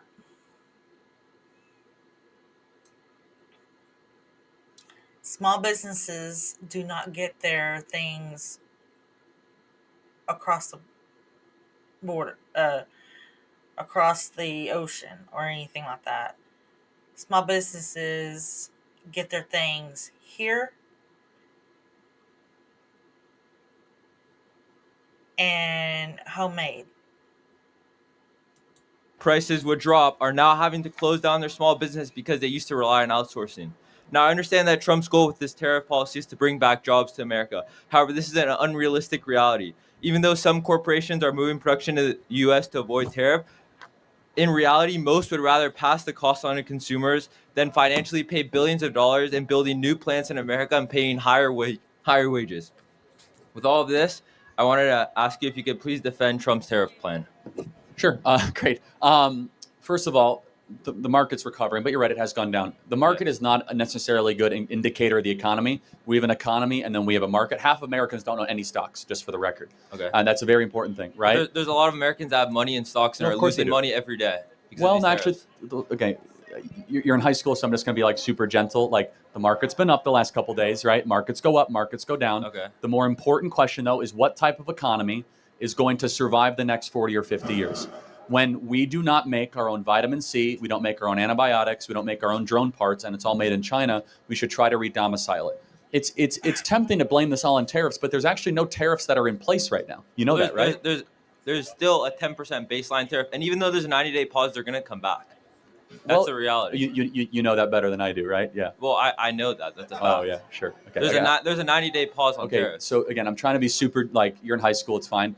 You know, Trump's talking to South Korea and Japan and Vietnam. Okay. We're going to get massive deals with India, and we're going to fix the trade imbalances. And here's the core of it. Can we at least agree that Trump ran on the idea of tariffs? He did. And people voted for it. Yes. Should elected leaders do what people vote for them to do? Yes, but I agree that he's doing what he said he would do. What I'm asking you is, how can you defend what he's doing? Because what would you say to the middle class American that has a small business that now has to shut down their business because they used to outsource to China and now they can't pay due to the high tariffs? That's my question. They were outsourcing to China? Well, even though some small businesses don't outsource, they get a lot of their production from big companies that do make their products foreign. And so now those prices are being jacked up and small businesses are running out of customers because they're having to pass the cost on to the consumer. I see no evidence of that happening. And I believe, first of all... what is the definition of a tariff? Well, the tariff is a duty on an imported product. How do you avoid a tariff? You move to the U.S. Yeah, exactly. So wait, hold on a second. Are most companies moving to the U.S.? Actually, yes. You know, there's over $6 trillion in investments announced in the last 2 weeks in the United States of America? Yeah. $6 trillion. But what happens in the U.S.? You get higher wages. Where does that cost go? Businesses aren't going to just pay that cost. They pass that cost on to the consumers. Toyota, Honda, Stellantis, NVIDIA did a $500 billion investment. Yeah, Oracle, NVIDIA is down like centers. 20% in the last 3 months. Right. Again, so I'm going to try to be very gentle with this. Stock prices are not always a reflection of reality. That is an inflection of investors' skittishness, right? Okay. So if NVIDIA is down 20%, they might have been hyperinflated a couple months ago. Yeah. Let me just kind of close with this. Do we both agree we should make more stuff in America? I agree in certain cases, yes. Okay. I mean, yeah, I think with critical manufacturing, critical industry, we have massive trade imbalances with these countries. The president is going to actually say you have to buy more of our product, buy more of our liquefied natural gas. And I believe coupled with that small business that you talked about, they're about to receive the largest tax cut in American history. No tax on tips, no tax on overtime, no tax on Social Security, and a massive middle-class tax. But if we can produce goods foreignly for less money, why are we moving it back to the U.S.? And my other point is... Because less money is not the most important thing. By moving it back to the U.S., what are you, making more factory jobs? We're moving into a time where tariffs are behind us. Factory jobs are behind us. Wrong. Soon AI is going to take over these factory jobs. And this is where you're totally wrong, man. We have 11 million manufacturing jobs that we need to fill in the next 5 years that don't require college degrees. Advanced manufacturing jobs, highly precise. Who's going to build all the robots? Who's going to build the drone? Excuse me. You know what this makes me think of? You ever seen Willy Wonka and the Chocolate Factory? Where the father was... or was it Charlie and the Chocolate Factory? No, it was Willy Wonka and the Chocolate Factory, where the father used to work in a toothpaste manufacturing plant. And then they went all robotic and everything, and he lost his job. Then he turned around, got a job there working on the robots. That's what I see happening. There's insane amount of hardware infrastructure that needs to happen. Factory jobs are not behind us. In fact, we have more hardware needs now in 2025 than we even had in 1985. So thank you for your time. Okay. Appreciate it. Thank you.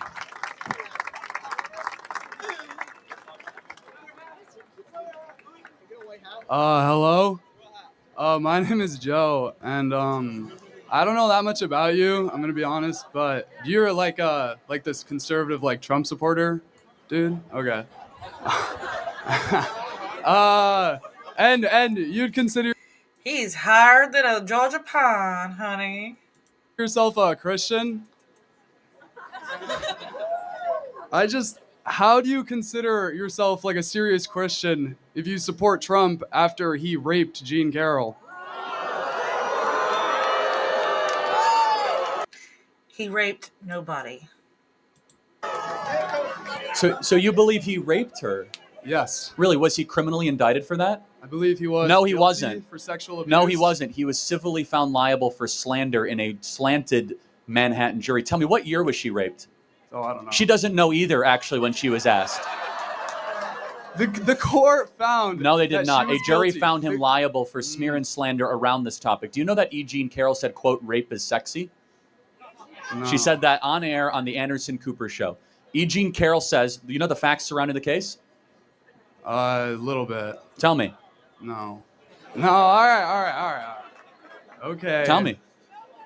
Trump was, I don't know, indicted, found guilty for wrong. sexual abuse over Wrong. her because he fingered her unconsensually. He was never ever indicted. He was never that. This was a civil case that was around her. This was around smear and slander and defamation. Again, according to E. Jean Carroll's recollection, she can't remember the year, but she says some afternoon Donald Trump took me into a Tiffany's store at the height of his power, at the height of his popularity, when he was on the front cover of Playboy magazine and decided to go rape E. Jean Carroll. Really, we're supposed to believe that? I've seen pictures of Donald Trump and Epstein hanging out. Oh yeah. Ow! Yeah, he kicked him out of the Mar-a-Lago club. What's the next point? Because Epstein raped kids and Yeah. You have to kick him out if he rapes kids. Like, he can't have that personal. Like, got it. So what's the contention? I don't. He raped kids. Trump raped kids? Yeah. Jean Carroll when she was 13. She wasn't 13. The accusation was when in her late 20s, not when she was 13. 13. Your typical liberal, everybody. Give it up for him. Thank you very much.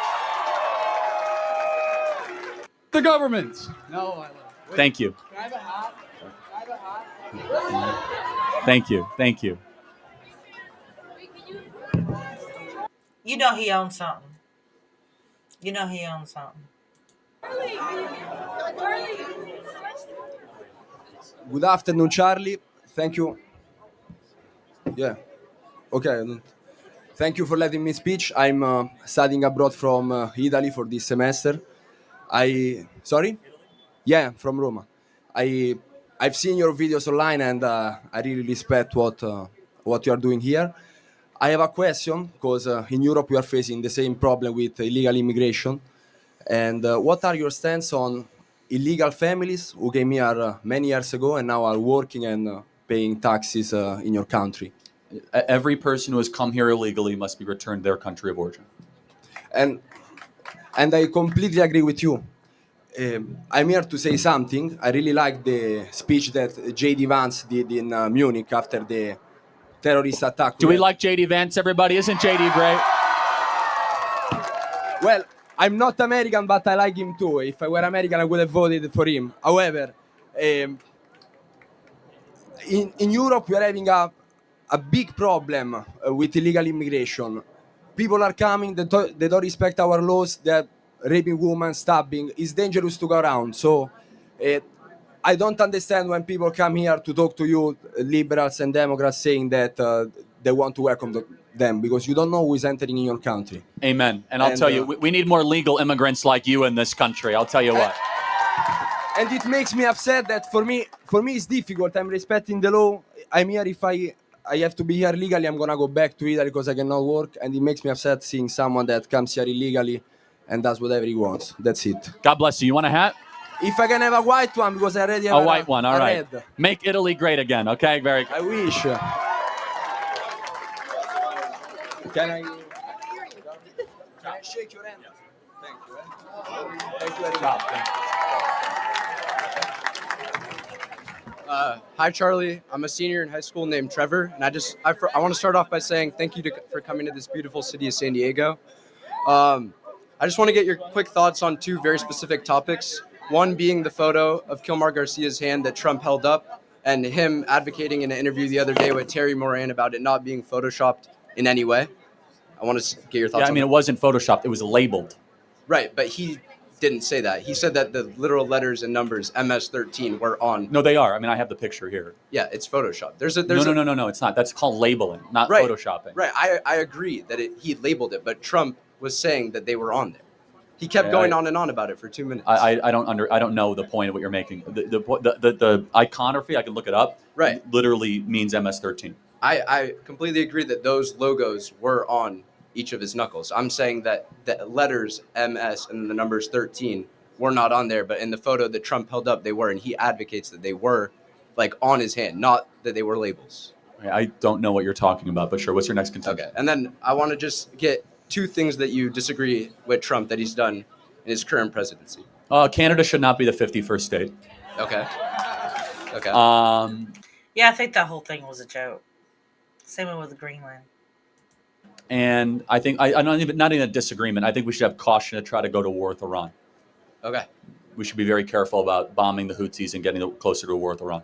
That's all I have. Thank you. Thank you very much. Yeah, Appreciate it. Thank you. Yeah. Thanks. Yes. Who's up? All right, How here are we we doing, Mr. Kirk? Yeah, hi. This is I'm not gonna sit here and act like I'm gonna be like a debate king here. You have 10 years of experience on me, and I had a quick question though about on abortion, if that's okay with you. Right. So I think when we talk about abortion, I think we really get into this idea of like when we should assign personhood, right? So you clearly believe that life begins at conception, and I think it would be better if we shift that metric to a more based on sentience. And I believe that and the question I have for you is that since you believe that life begins at birth, let's say we have a person that's grown to old age and they have died and they have absolutely showing no brain activity at all. Would you believe that shooting that person, that dead person, is the equivalent of like a human life? Yeah, I mean, it is a human life, but those are two totally separate things. One is no more, and the other one's not yet. Right. So not yet is different than no more. If someone's at the end of their life and there's nothing more we can do to continue their life, that is a different moral conversation than someone that has not yet been completely grown as a human as you and I. Two totally different moral circumstances, so you can't conflate the two. Right. But I think they both have the same problem where it's about the presence of consciousness, right? No, it's not a problem. One, consciousness will come. One will not. So they're two separate things. One has potentiality. Yeah. One does not. So you can't conflate the two together. But okay, let's say let me use a different analogy then. Let's say I have a blueprint to a building, right? And I have the materials for the building, and you destroy those materials. The materials of the building isn't the building in itself. Can we both agree that there's a difference between those two? Is the building building itself in real time and is currently being constructed and it's going up? No, but up? it still doesn't really matter because they're still adding value to the fact that we're creating the building. Bad analogy. Right? A blueprint. Because the blueprint not itself is not the building. Right, exactly. No, so I'm if saying you were to a human being's DNA is not we just agree on that though. The blueprint is not the building, so there's probably different moral qualifications. No, right? they're not. I'm saying though that the baby is the building. So you're incorrect. Okay, so the building is following the blueprint. So when you're looking at like I don't know, like a fertilized egg, you're telling me a picture of this fertilized egg is the equivalent of a human life right now. No, the exact same. What's the difference? The different stage of development. No. So why should stage of development give you more rights? Well, I mean, we okay. You're acting like this is not something this is done in society. Like, for example, we do judge based on different stages of development, like in cognitive capabilities, right? I'm not letting a fetus drive a car. A fetus can't drive. No, right to life. Alcohol and whatnot. Apply the right to life to your stage of development. This is a little bit different. So I guess a different question I would have to ask you is like, why I'm assuming your two qualifications here are the fact that it's a unique cellular organism, right, that has the potential to and life, it's right? human, which is inherently has dignity. So I guess then this brings on the question, because I know there's another scenario where this occurs, right, where fertilization of an egg occurs, and they're on track to development, correct? And this other example that I'll think of is like animals, right? I think why do we not give the same moral consideration to animals as we are to zygotes in this situation? Because animals aren't human beings. Okay, but why is human beings? Human beings have a soul, and animals do not have a soul. So this is my point. Soul is a conscious experience. No, you are Let me prove it to you. Wrong. This is honest though. Let me prove it to you. When someone is quote unquote brain dead, do you know that they still respond if someone stabs them? Their norepinephrine goes up. Do you know that a woman still menstruates if she's brain dead? So consciousness is not human worth. There's something else going on beyond consciousness that exists in a being that is the soul. Okay, so now we're getting into a conversation of what the difference between the soul and a consciousness is. And they're totally different. The soul is something beyond consciousness. Is your narration to yourself, the ability to reason. There's something above reason. All of us know what that is when it kicks in. You ever hear the expression, words can't describe? I am speechless. You know why? Speech is reason. When you see a sunset that takes your breath away, when you see a newborn life. I guess this guy never watched Kill Bill. That is born. You don't even have the words to express it because it transcends your reason. I agree with that. That is your soul. So I mean that's a good point. Like when we give what you just labeled there is like when a child is given born when they're born, we give such moral significance to that, not the fact that like they got infertilized by an egg. I don't want to celebrate. I want to sort of I'd rather celebrate my birthday rather than like the day my parents had sex. That's kind of a little weird situation. You know what I mean? Like if life begins at conception. Well, it's called your birthday for a reason, Right, but you were a living being, not. It seems that like society You kind were of 9 months prior. gravitates to this idea of like an actual human being existing that Oh, gives no. moral That's- value, right? One is your entrance to the world. The other one Right. is the actual creation of your being. Two different Right. things. Your birthday is when you entered the world. Right, For example, your birthday could be at 28 weeks, not 36 Okay. weeks. So everybody has a different day when you exit the womb, but it's Okay. not when your worth begins. That's not when your value begins. That's simply when you exit the womb. Right. So I have a good question. I really want to get back to this idea of like you give more moral value to the level of the fact that like that humans that are developed have a soul in comparison to like a zygote that, or actually no, animals or a animals, coyote. Okay, so is that not the same comparison to like a zygote to a developed human being in the sense that we are a higher functioning conscious being in comparison to like this other thing that we can just actively kill whenever It doesn't we want? matter. Sorry, that goofy guy looking like he's trying to eat the cap is weird. I mean, can you actively kill a 1-year-old? Doesn't have as much acuity as you do or consciousness. Right. Yeah, but like I mean, Can you? Can you kill a 1-year-old? That's the same thing because like this is Of like, going course, the back to same my thing. like What's the idea of difference in a sentience, 1-year-old right? and a 1-day-old zygote? What's the moral difference? The level of consciousness. Oh, right? so one's bigger, one's more developed, one's older. The consciousness is completely irrelevant. Sure. Because How is just it you know relevant? that a 1-day-old out of the womb doesn't have a lot of consciousness at all. Okay, sure. It That's can't fine. speak. It can't really. It's kind of Right. like disembobulated. But you don't get less rights for that. I agree. I mean, like, well, to a certain degree, I agree with that. But like, there is a meaningful difference between a fertilized egg and a conscious What is human it? being. One is less conscious than the other. Oh no, one has more skills. But like, what's the innate moral difference? And prove it to me. Because it seems like we do restrict rights, and we do actually change rights based on development and consciousness. No, and about cognitive life. experience, So right? like a 4-year-old. Right. What is the innate moral difference of a 4-year-old and a zygote? One is more conscious. Okay, got it. So I think that's irrelevant. I think they're both human beings deserving of protection. Consciousness alone is not a marker of dignity. Okay, but so then what is your marker of dignity? Is Being that a because- human being. Being a human being. So is your argument a little bit circular though? There, it's just like it's No, just it's not. because we deserve rights because we're a human being. Yeah, of course. I mean, it's self-evident. We are human beings with a soul, therefore we have rights. So we deserve rights because we're human beings because we're human beings. So like, how am I supposed to win against this argument here? You can't. See, okay, yeah, exactly. So it's Because inherently it's called a okay. self-evident truth. So That's kind of the point. So like, It's yeah. called self-evident. So it is. That's why the pro-life position is irrefutable. But so is that then- because you have to posit human right, beings have and, rights? and that's that. And that is not a kind of a concern that like we base all our entire ideology on this one illogical circle that. No, that it's not goes back and illogical. forth. It's incredibly Yeah, right. logical. So like, we are human beings, what I'm and we interested believe in that is they that matter. like if you were to remove this circle here, then you would have to actually be pro-life in the sense of be pro-life to all life. Oh, we are. Right, so No, pro-life to but like animals, but and kind of, you know. but we don't saying, believe I'm- human look, beings I'm, are. I'm not like a vegan or anything. I'm not But vegetarian. human beings I are think not the moral this- same if you as were- a bird. It's not the same thing.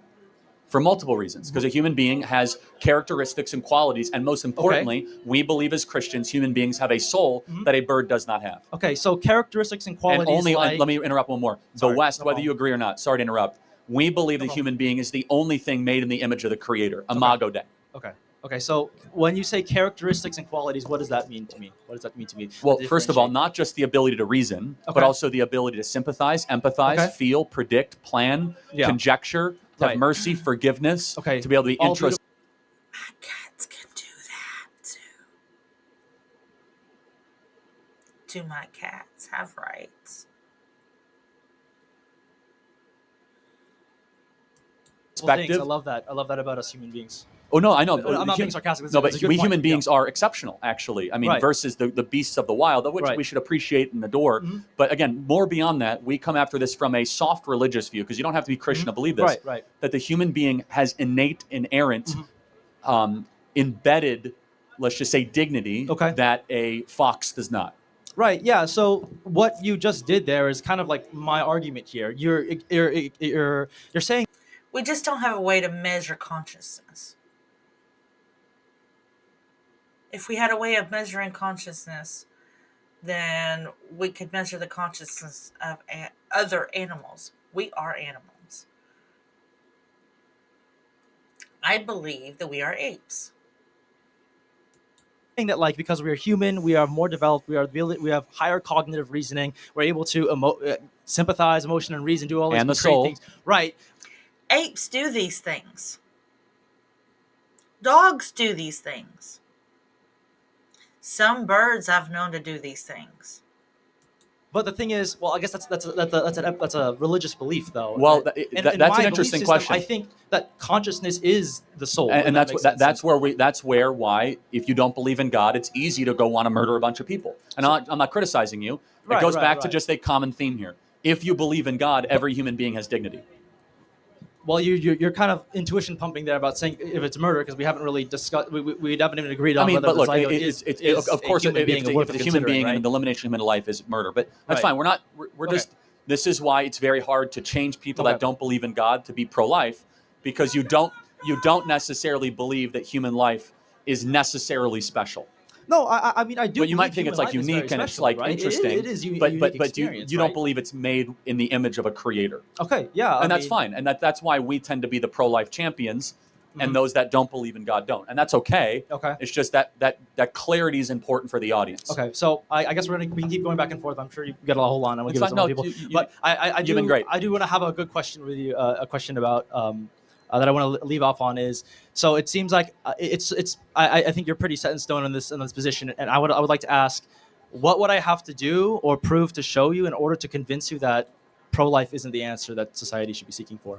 I mean, it would be an impossibility. You have to prove to me God doesn't exist. Okay, so then we can agree that like this is just a moral issue that you're appealing to a book. Of course. I mean, all moral issues appeal to an authority, obviously. Okay. Why is murder wrong? I mean, because the reason, if you want to talk about morality, we can talk about morality too. Abortion is a moral issue. Of course it is. Yeah. But the reason why our I whole think- conversation is I laced think- with morality. But in order to kind of like reduct it to like a textbook or a book or a specific like thing, Well, a strand why? of Where do you truth, get your right? morality from? Well, I think morality should be based on like what is the best choice of action to help society progress. Okay, If that makes any sense. okay, got it. What Right. what if society agrees we should kill the dumb people? Well, probably not the best. Well, but why? Well, the thing is, it's Or just how not, about- how about the this? thing is, We should abort- pragmatically that doesn't work out. Because Yes, if we it does. kill In, the dog- in Iceland, it's mandatory to abort Down syndrome babies.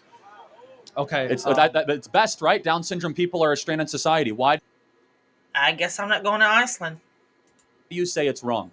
I mean, because there's some degree of like we should protect some people. Why? By what standard? Why do you? And here I was loving Iceland. Man, that's like some serious heartbreak right there.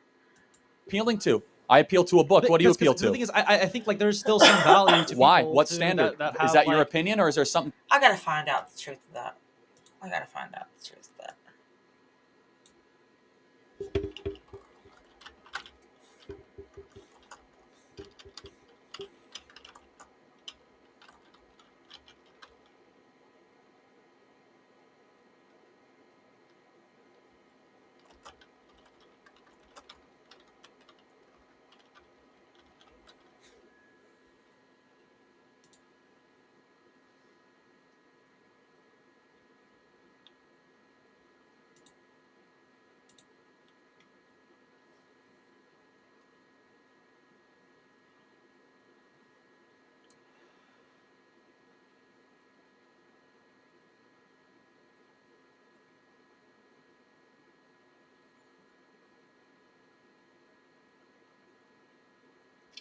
Okay.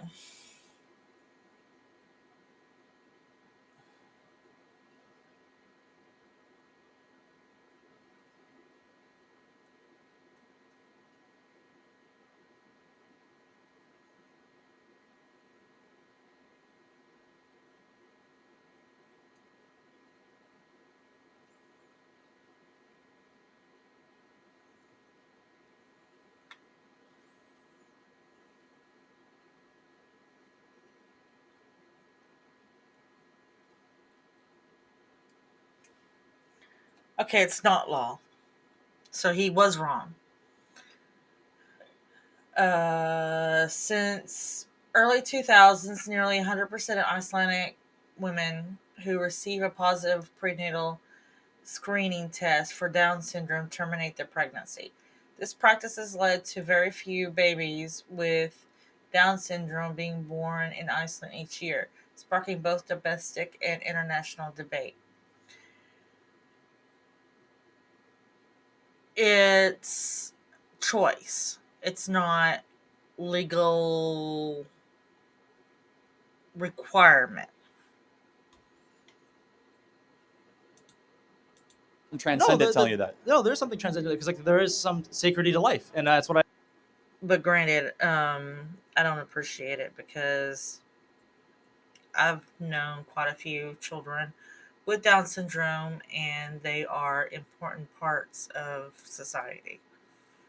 I agree with. I agree that life is Why? sacred. That's why I would agree that if you adopted a more broader pro life stance, I think I would be more on side of that. Like if you want to have a society where we're forcing women to breed and pump out children, then I would say you would have to create that society where like it is more able for them to do that, and in addition to not be indiscriminate between life. So I think I would Got agree it. with that sentiment, right? Thank you for your time. Appreciate Okay, it. sorry. Yeah. Thank can I you. get a hat? Yeah, I'll give you a hat. Thank you. Hey. Charlie. Oh, okay. Thank you. Can you sign it? Can you sign it? Yeah. Thanks, I appreciate you. Charlie, can I please get a white hat? I want to ask a question. Okay, who's up? You sure you don't want to give these guys a little chance to? Okay, all right, perfect. Thank you. All right, so we're talking objective truths here, right, Charlie? Okay, so thing is, here's an objective truth. Every single policy the Republicans claim they're for, they've basically done the opposite of, right? Every time you repeal a piece of abortion legislature, the coat hanger business gains a few new customers, right? And even after they're born, you guys don't give as much of a crap about them after they're out of the womb, right? This guy is so emotional, it's not funny. You don't want to pay That's for not the- true. Why would you say that? Because you guys have an active war against education. You guys have an active war against free lunch. Hold on. Just Come because on. you don't want to throw government money at something doesn't mean you don't care about them. Time out. We want to have more police, so safer streets, so kids don't get killed in crossfire, gang agree, sure. gang shootings. We want to have a secure southern border so that hundreds of thousands of girls are not sold into sex slavery every single year. We want school choice so that kids can have a better education. We actually want a balanced budget so the U.S. dollar will be around for future generations. I reject this whole thing that, oh, you guys are only pro-life at birth. No, every policy that we have is rooted in a pro-life position. Okay. All right. So let's move a little bit on from that. I'm not saying I've lost yet because a woman did kill her own child literally like a couple of days ago on day of birth. 60 years in prison, as she should have. But like that is a abortion problem. She was raped. But yeah, I know, but let's hold move. on. But if she would have killed the baby while it was in the womb, it would have been okay. So why was it wrong to kill the baby outside the womb? Because the baby could cry. Oh, the baby can't cry in a womb? Okay. No, you want to talk about? No. You brought it up. Why is it? Why is it bad right. to slit the throat of a baby once it's born, but okay to slit the throat of the baby if it's in the womb? Less cells, just straight up less cells. I would one say day as difference. as one just day count the difference. cells, less cells, right?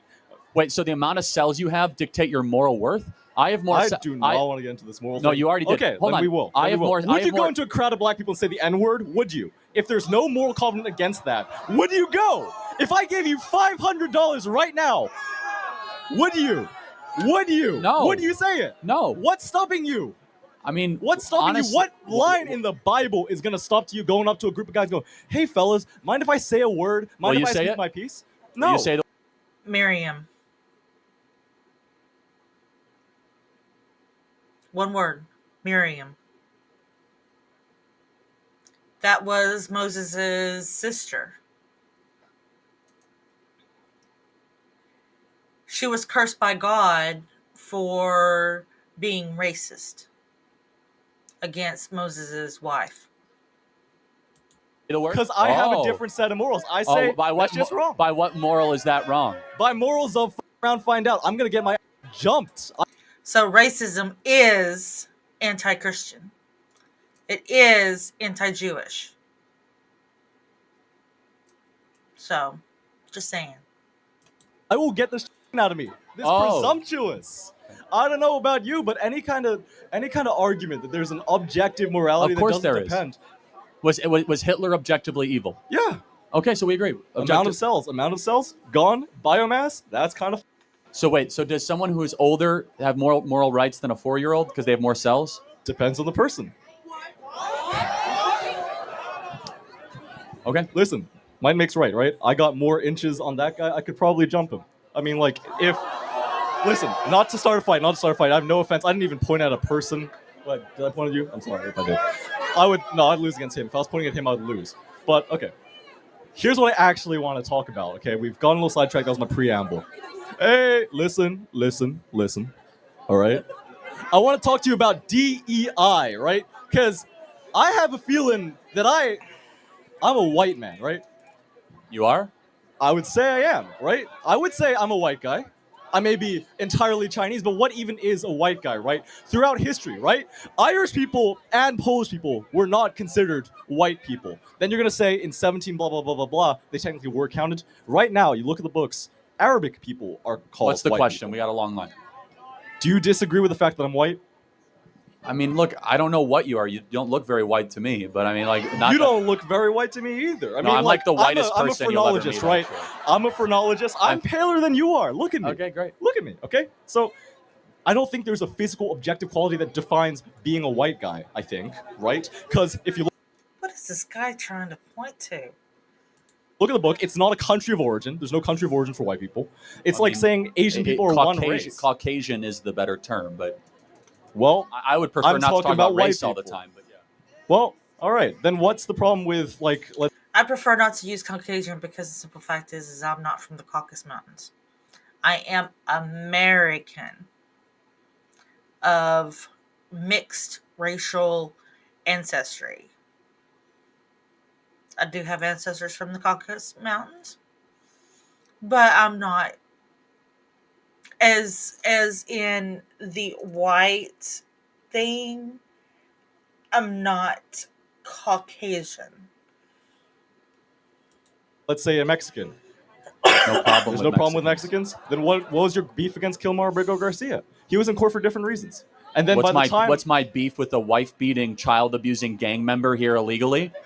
I don't know, the fact that he's a wife-beating, child-abusing gang member here illegally. That's my beef with him. Okay. And he's from El Salvador, not Mexico. Racist. Get that right? Oh, my bad. Who's doing it now, dude? Hey, wait. All a right. second. Thank you very much. Hold Next. on. Thank you. All right. One last thing. Anyone want this hat? Take that. Get off my campus. No, I'll be here for another hour and a half.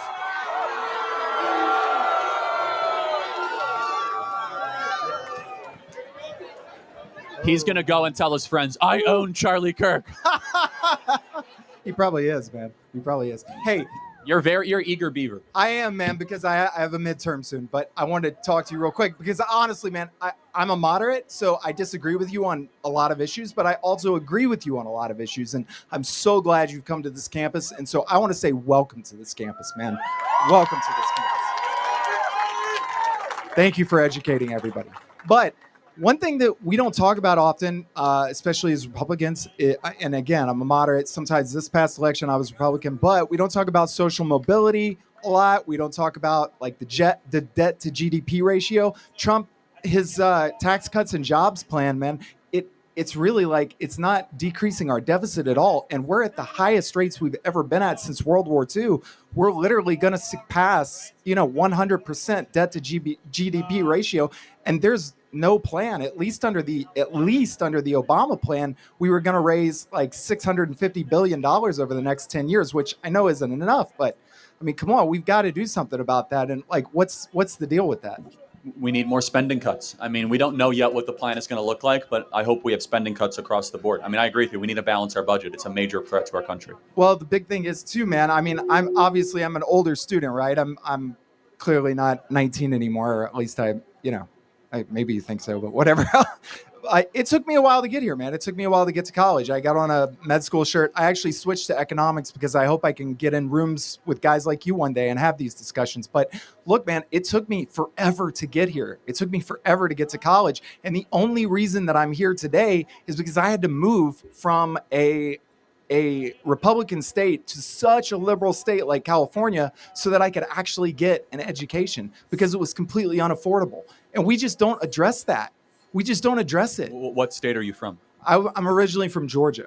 And I know it swings back and forth, but still, I mean, there's just no opportunities there, man. I mean, I tried my hardest my whole life, man. Believe me, I work and I work and I work and I pound and I save, but there are no opportunities. I would just push back a little bit, though. I mean, a lot more people are leaving California than coming into California. Like I understand that, but those are wealthy people that are well, leaving. No, that's not true. No, a lot of working middle class people are leaving this state. The opportunities are in states like Texas and Arizona and Florida, and increasingly not here in this state. But the opportunity for social mobility is here. I mean, for instance, for me to get to the first, for me to be in the first quartile of my income and to make it all the way up to the fifth, for me to, be working my butt off, making a $40,000.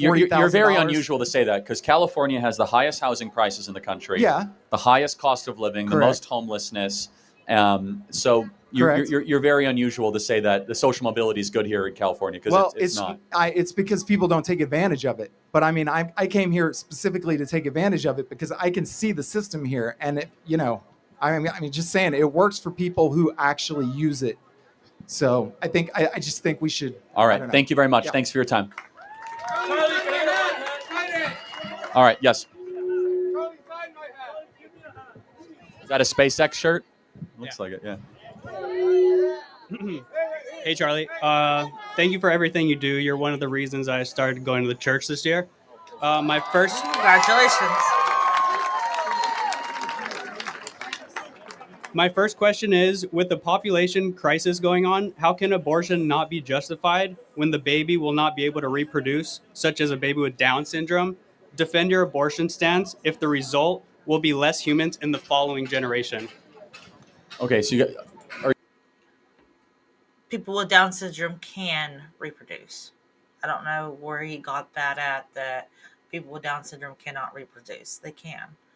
They most certainly can. you asking me as a And some are actually very good parents.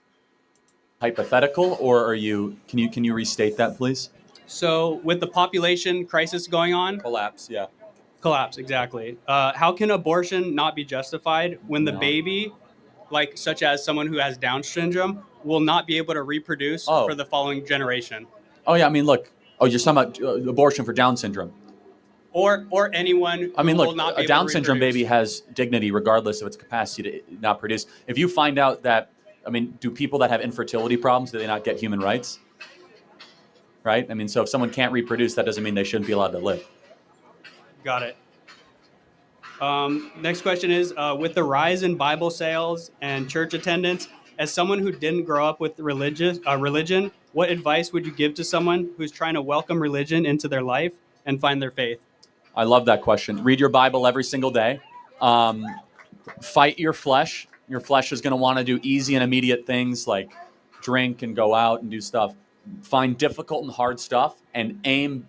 Find your aim as a man and point everything you can towards it.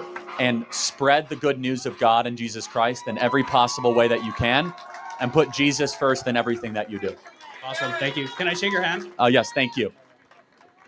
Thank you, man. God bless you. Yes, thank you. Got to sign one. Thank you. Who's up? Yeah.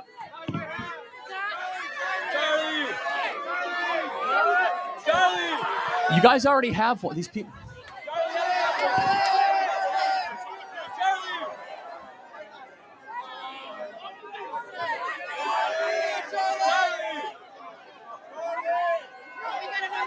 All right, here we go. Yes. I don't.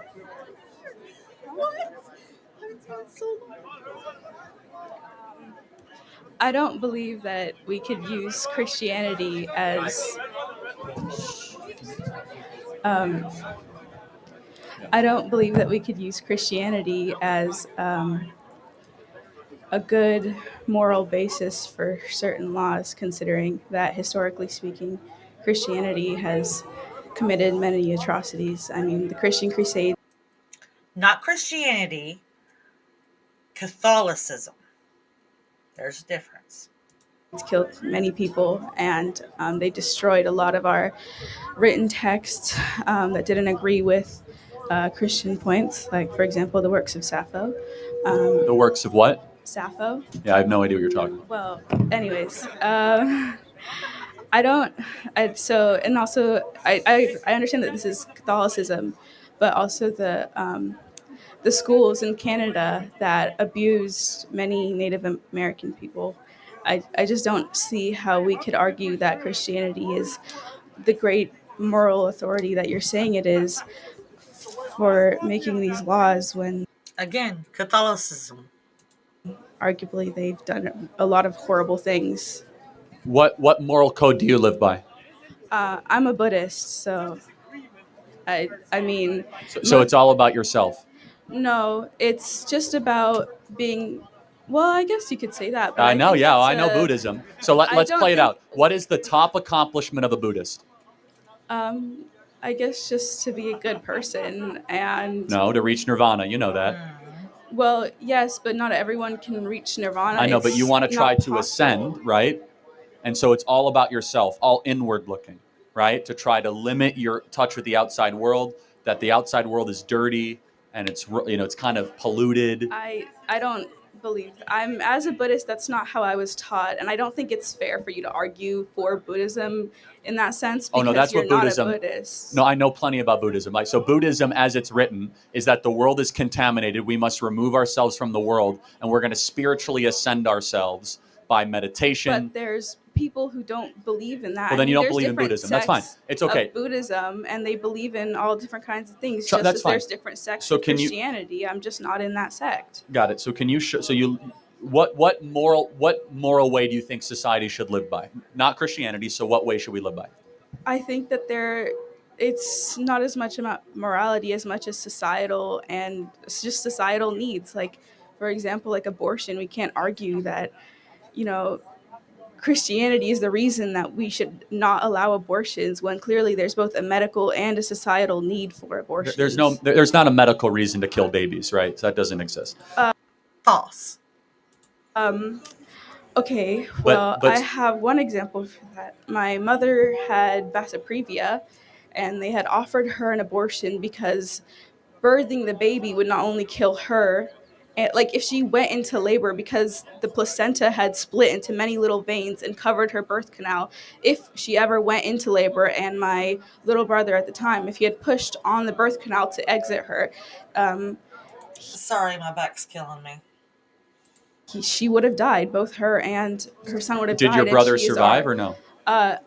I want to continue with this point. So she was offered the opportunity for an abortion because not only was she the main breadwinner of her family, but she is also raising 2 kids as well already. She's the right to an abortion is possibly could have saved her life. She did end up surviving, but not. I don't think that we should limit the ability to get an abortion to other women in her Wait, situation. hold on, time out. So your brother, you know now. Huh? Is your brother survive or no? Yes, he did. Wait, so but aren't you glad your brother wasn't aborted? I mean, come on. I don't. What kind of argument is that? I don't Aren't you think glad your that- brother's not dead? It's not that. I'm glad that he wasn't aborted. Yes, but so I'm that's also, so we're like, pro-life. That's what we want. We don't want your brother to be aborted. Imagine how many millions other like him are But aborted. if my mom died, She in didn't. It's not even a good argument. well, there's so many people that did. No, There's, that's like, not correct. I said that earlier. It only happens a couple dozen times a year, and the baby could be delivered by C-section. People with vasoprevia have a much higher rate of death than other women Yes, who are this pregnant. happens and that's, maybe a couple hundred times a year, and there's 1.5 million abortions every single year. This is Yes, on the but extreme of the If we extreme. have to take away abortions, then we're taking away from everybody, even the people who have a medical need for abortion, where the baby is going to kill them if they come out. Again, I can There's- grant you that. I'm gonna show you something.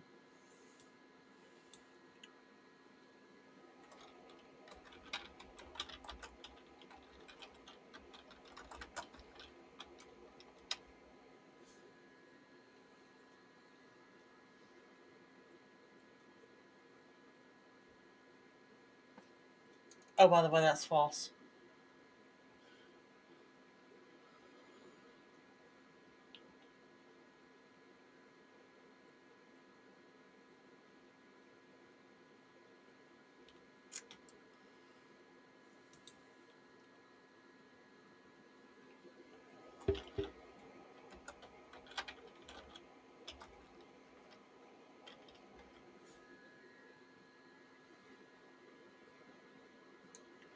That's false. I'm trying to find it. There it is.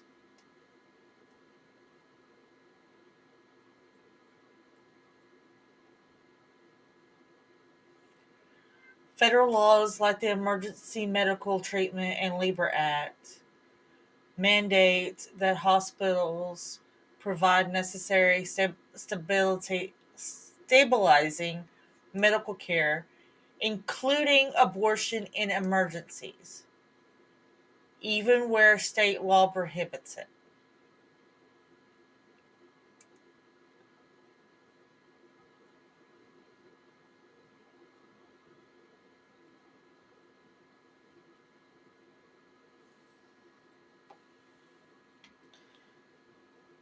So, medical necessity is a protected thing in abortion.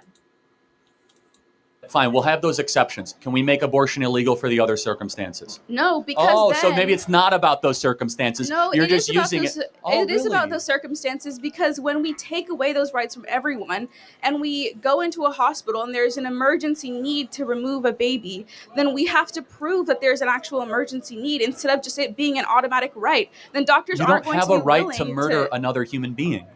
It's not necessarily a right. It's just Is the it a- ability to So be when able, your brother was in your mom's womb, was your brother a human being? I mean, I don't want to argue that. I think that we could No, it's argue about that not an for argument. a It's a long question. time. When your I don't brother think was it's in useful. when your brother was in the womb, was it a human being? I believe that on my moral compass, I believe that he was, but I don't think that my moral compass should dictate the medical needs Got it. and the So what societal moral needs compass? of others. Fine. What moral compass should we use to write laws then? Not necessarily a single one. I think that everyone's moral compass is different, But and which that we one should wins? be able to. Which one should say? Let's, for The example, one that supports women the most, the one that by allows what women to standard get though? medical. Why is that? Why is that good? I mean, by what book do you reference? By some moral standard you're appealing to. What is it? Sorry, what? No, yeah. By what moral standard do you say that we should have health care for women? Why? What? At some point, you're basing this on something. What is I it? think that it's not even a moral standard. It's in It the is. Oh. Constitution. Women should have equal rights, and that includes the right to. You do not have a right to choice. murder another because life is the first right. We've been through that. But I'm saying, but at some point you say you don't want Christianity to have the moral source. So I ask you, by what moral code should we live by? Well, I don't think there's a defining moral code that we should live by. We Of all course have there is. different. Should we help the sick? Well, yes, Should we help but the poor? there's okay, but my Should moral we code feed the as hungry? a Buddhist is that I should never kill an animal. And many Christians hunt. Many people, kill animals for a living. That's how I'm they not make talking a about your living. personal. Society has to make decisions, right? Yeah, So- and when society makes decisions, they should account for the fact that everyone has a different moral compass. but then- if but we're then- a society that, first of all, a modern society, we shouldn't be basing our moral compass Oh, off but hold of on a a second. book You're made thousands of years ago. well, first of all, Buddhism's very old too, but contradicting. No, I agree. Yeah, That's why I don't think Buddhism. but I don't think we should ban people there's going a out to contradiction hunt here, though. because Time I out. don't believe in killing At animals. some point, we have to decide what laws to make. We have to say and something I think the laws should be dependent on on what. how we can most benefit the people already existing in our society. But okay, but don't people in the womb exist? That's you could argue that for so long. I don't think it's really useful when It's we're very talking useful. about. Are you glad you weren't aborted? Are you glad you weren't aborted? I'm not. I mean, if it was something that if aborting me would have benefited my mother far more than having me would have, then I wouldn't be necessarily angry about it. It's not. See, I'm glad your mom did not abort you because I think life is beautiful. And I want to give that gift to as many people as possible. Yeah, but you're also in the same turn taking that gift away from women. If a woman has a medical need and her life is in danger, I've already for having granted. this Let's say baby. abortion is legal for medical circumstances. 1.4 million. But then when we get rid of abortion for those exceptions, right, we need to think about how it is applied in the actual. Abortion is the number one form of birth control in the country right now. Over 1.4 million abortions every single year for non-rape, non-incest, non-life of the mother. It's really the number one form of birth control in this country. Well, that we know I of. highly doubt Actually, that. if you I'm think sorry, about it, if you that's think crazy. about the day after pill. That's crazy. Right? If you think about the People day are spending after pill. $50 for a abortion instead of like, the pull-out method, getting a condom. You really think, I'm Hold on. sorry, in your twisted worldview, you really Hold think on, the let's number think about one it. form Plan of birth B. control is abortion? Plan B. I'm sorry, that's crazy. No, Plan B, right? Abortifacients, at-home abortions, chemical abortions, surgical abortions. All those can be defined as abortifacients. Yes, you might be right. Okay, you might say condoms are more than that, but abortion has become a form of birth control. Can you agree with that? I mean, anything that all of it obviously anything can be considered birth control. I mean, me deciding to not have sex is birth control. I mean, And that's what more people should do. What? Yeah. I don't know, because I don't think that that's necessarily something that we can police. Like, what, you're gonna go into people's I'm bedrooms not and policing, but I'm saying though, if you're gonna decide to have sex, don't kill the baby after you have sex. Pretty Well, simple. I don't Because you think made a that- decision to get pregnant. I don't think that that's necessarily a good argument. I agree with him on that part. I mean, there's more nuance to that. There's no nuance to it. A human life exists. I can't murder someone in the crowd. Why? Because murder is wrong. You can't murder someone in a womb. Why? Because murder is wrong. Thank you for your time.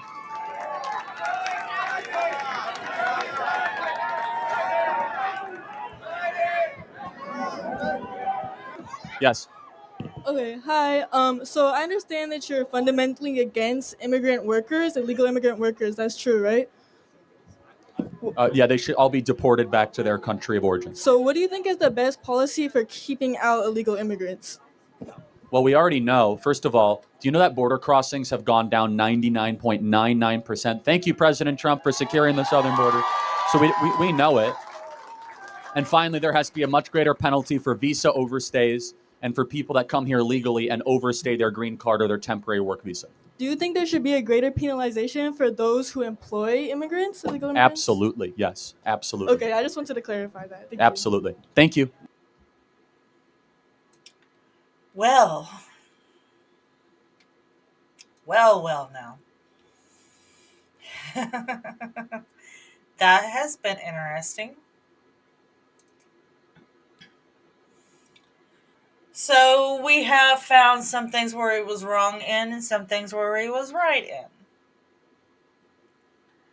But so far, nothing racist, nothing sexist, nothing's transphobe, nothing homophobe, nothing anything like that so far. So far it's been pretty quite respectful and everything else like that. So yeah.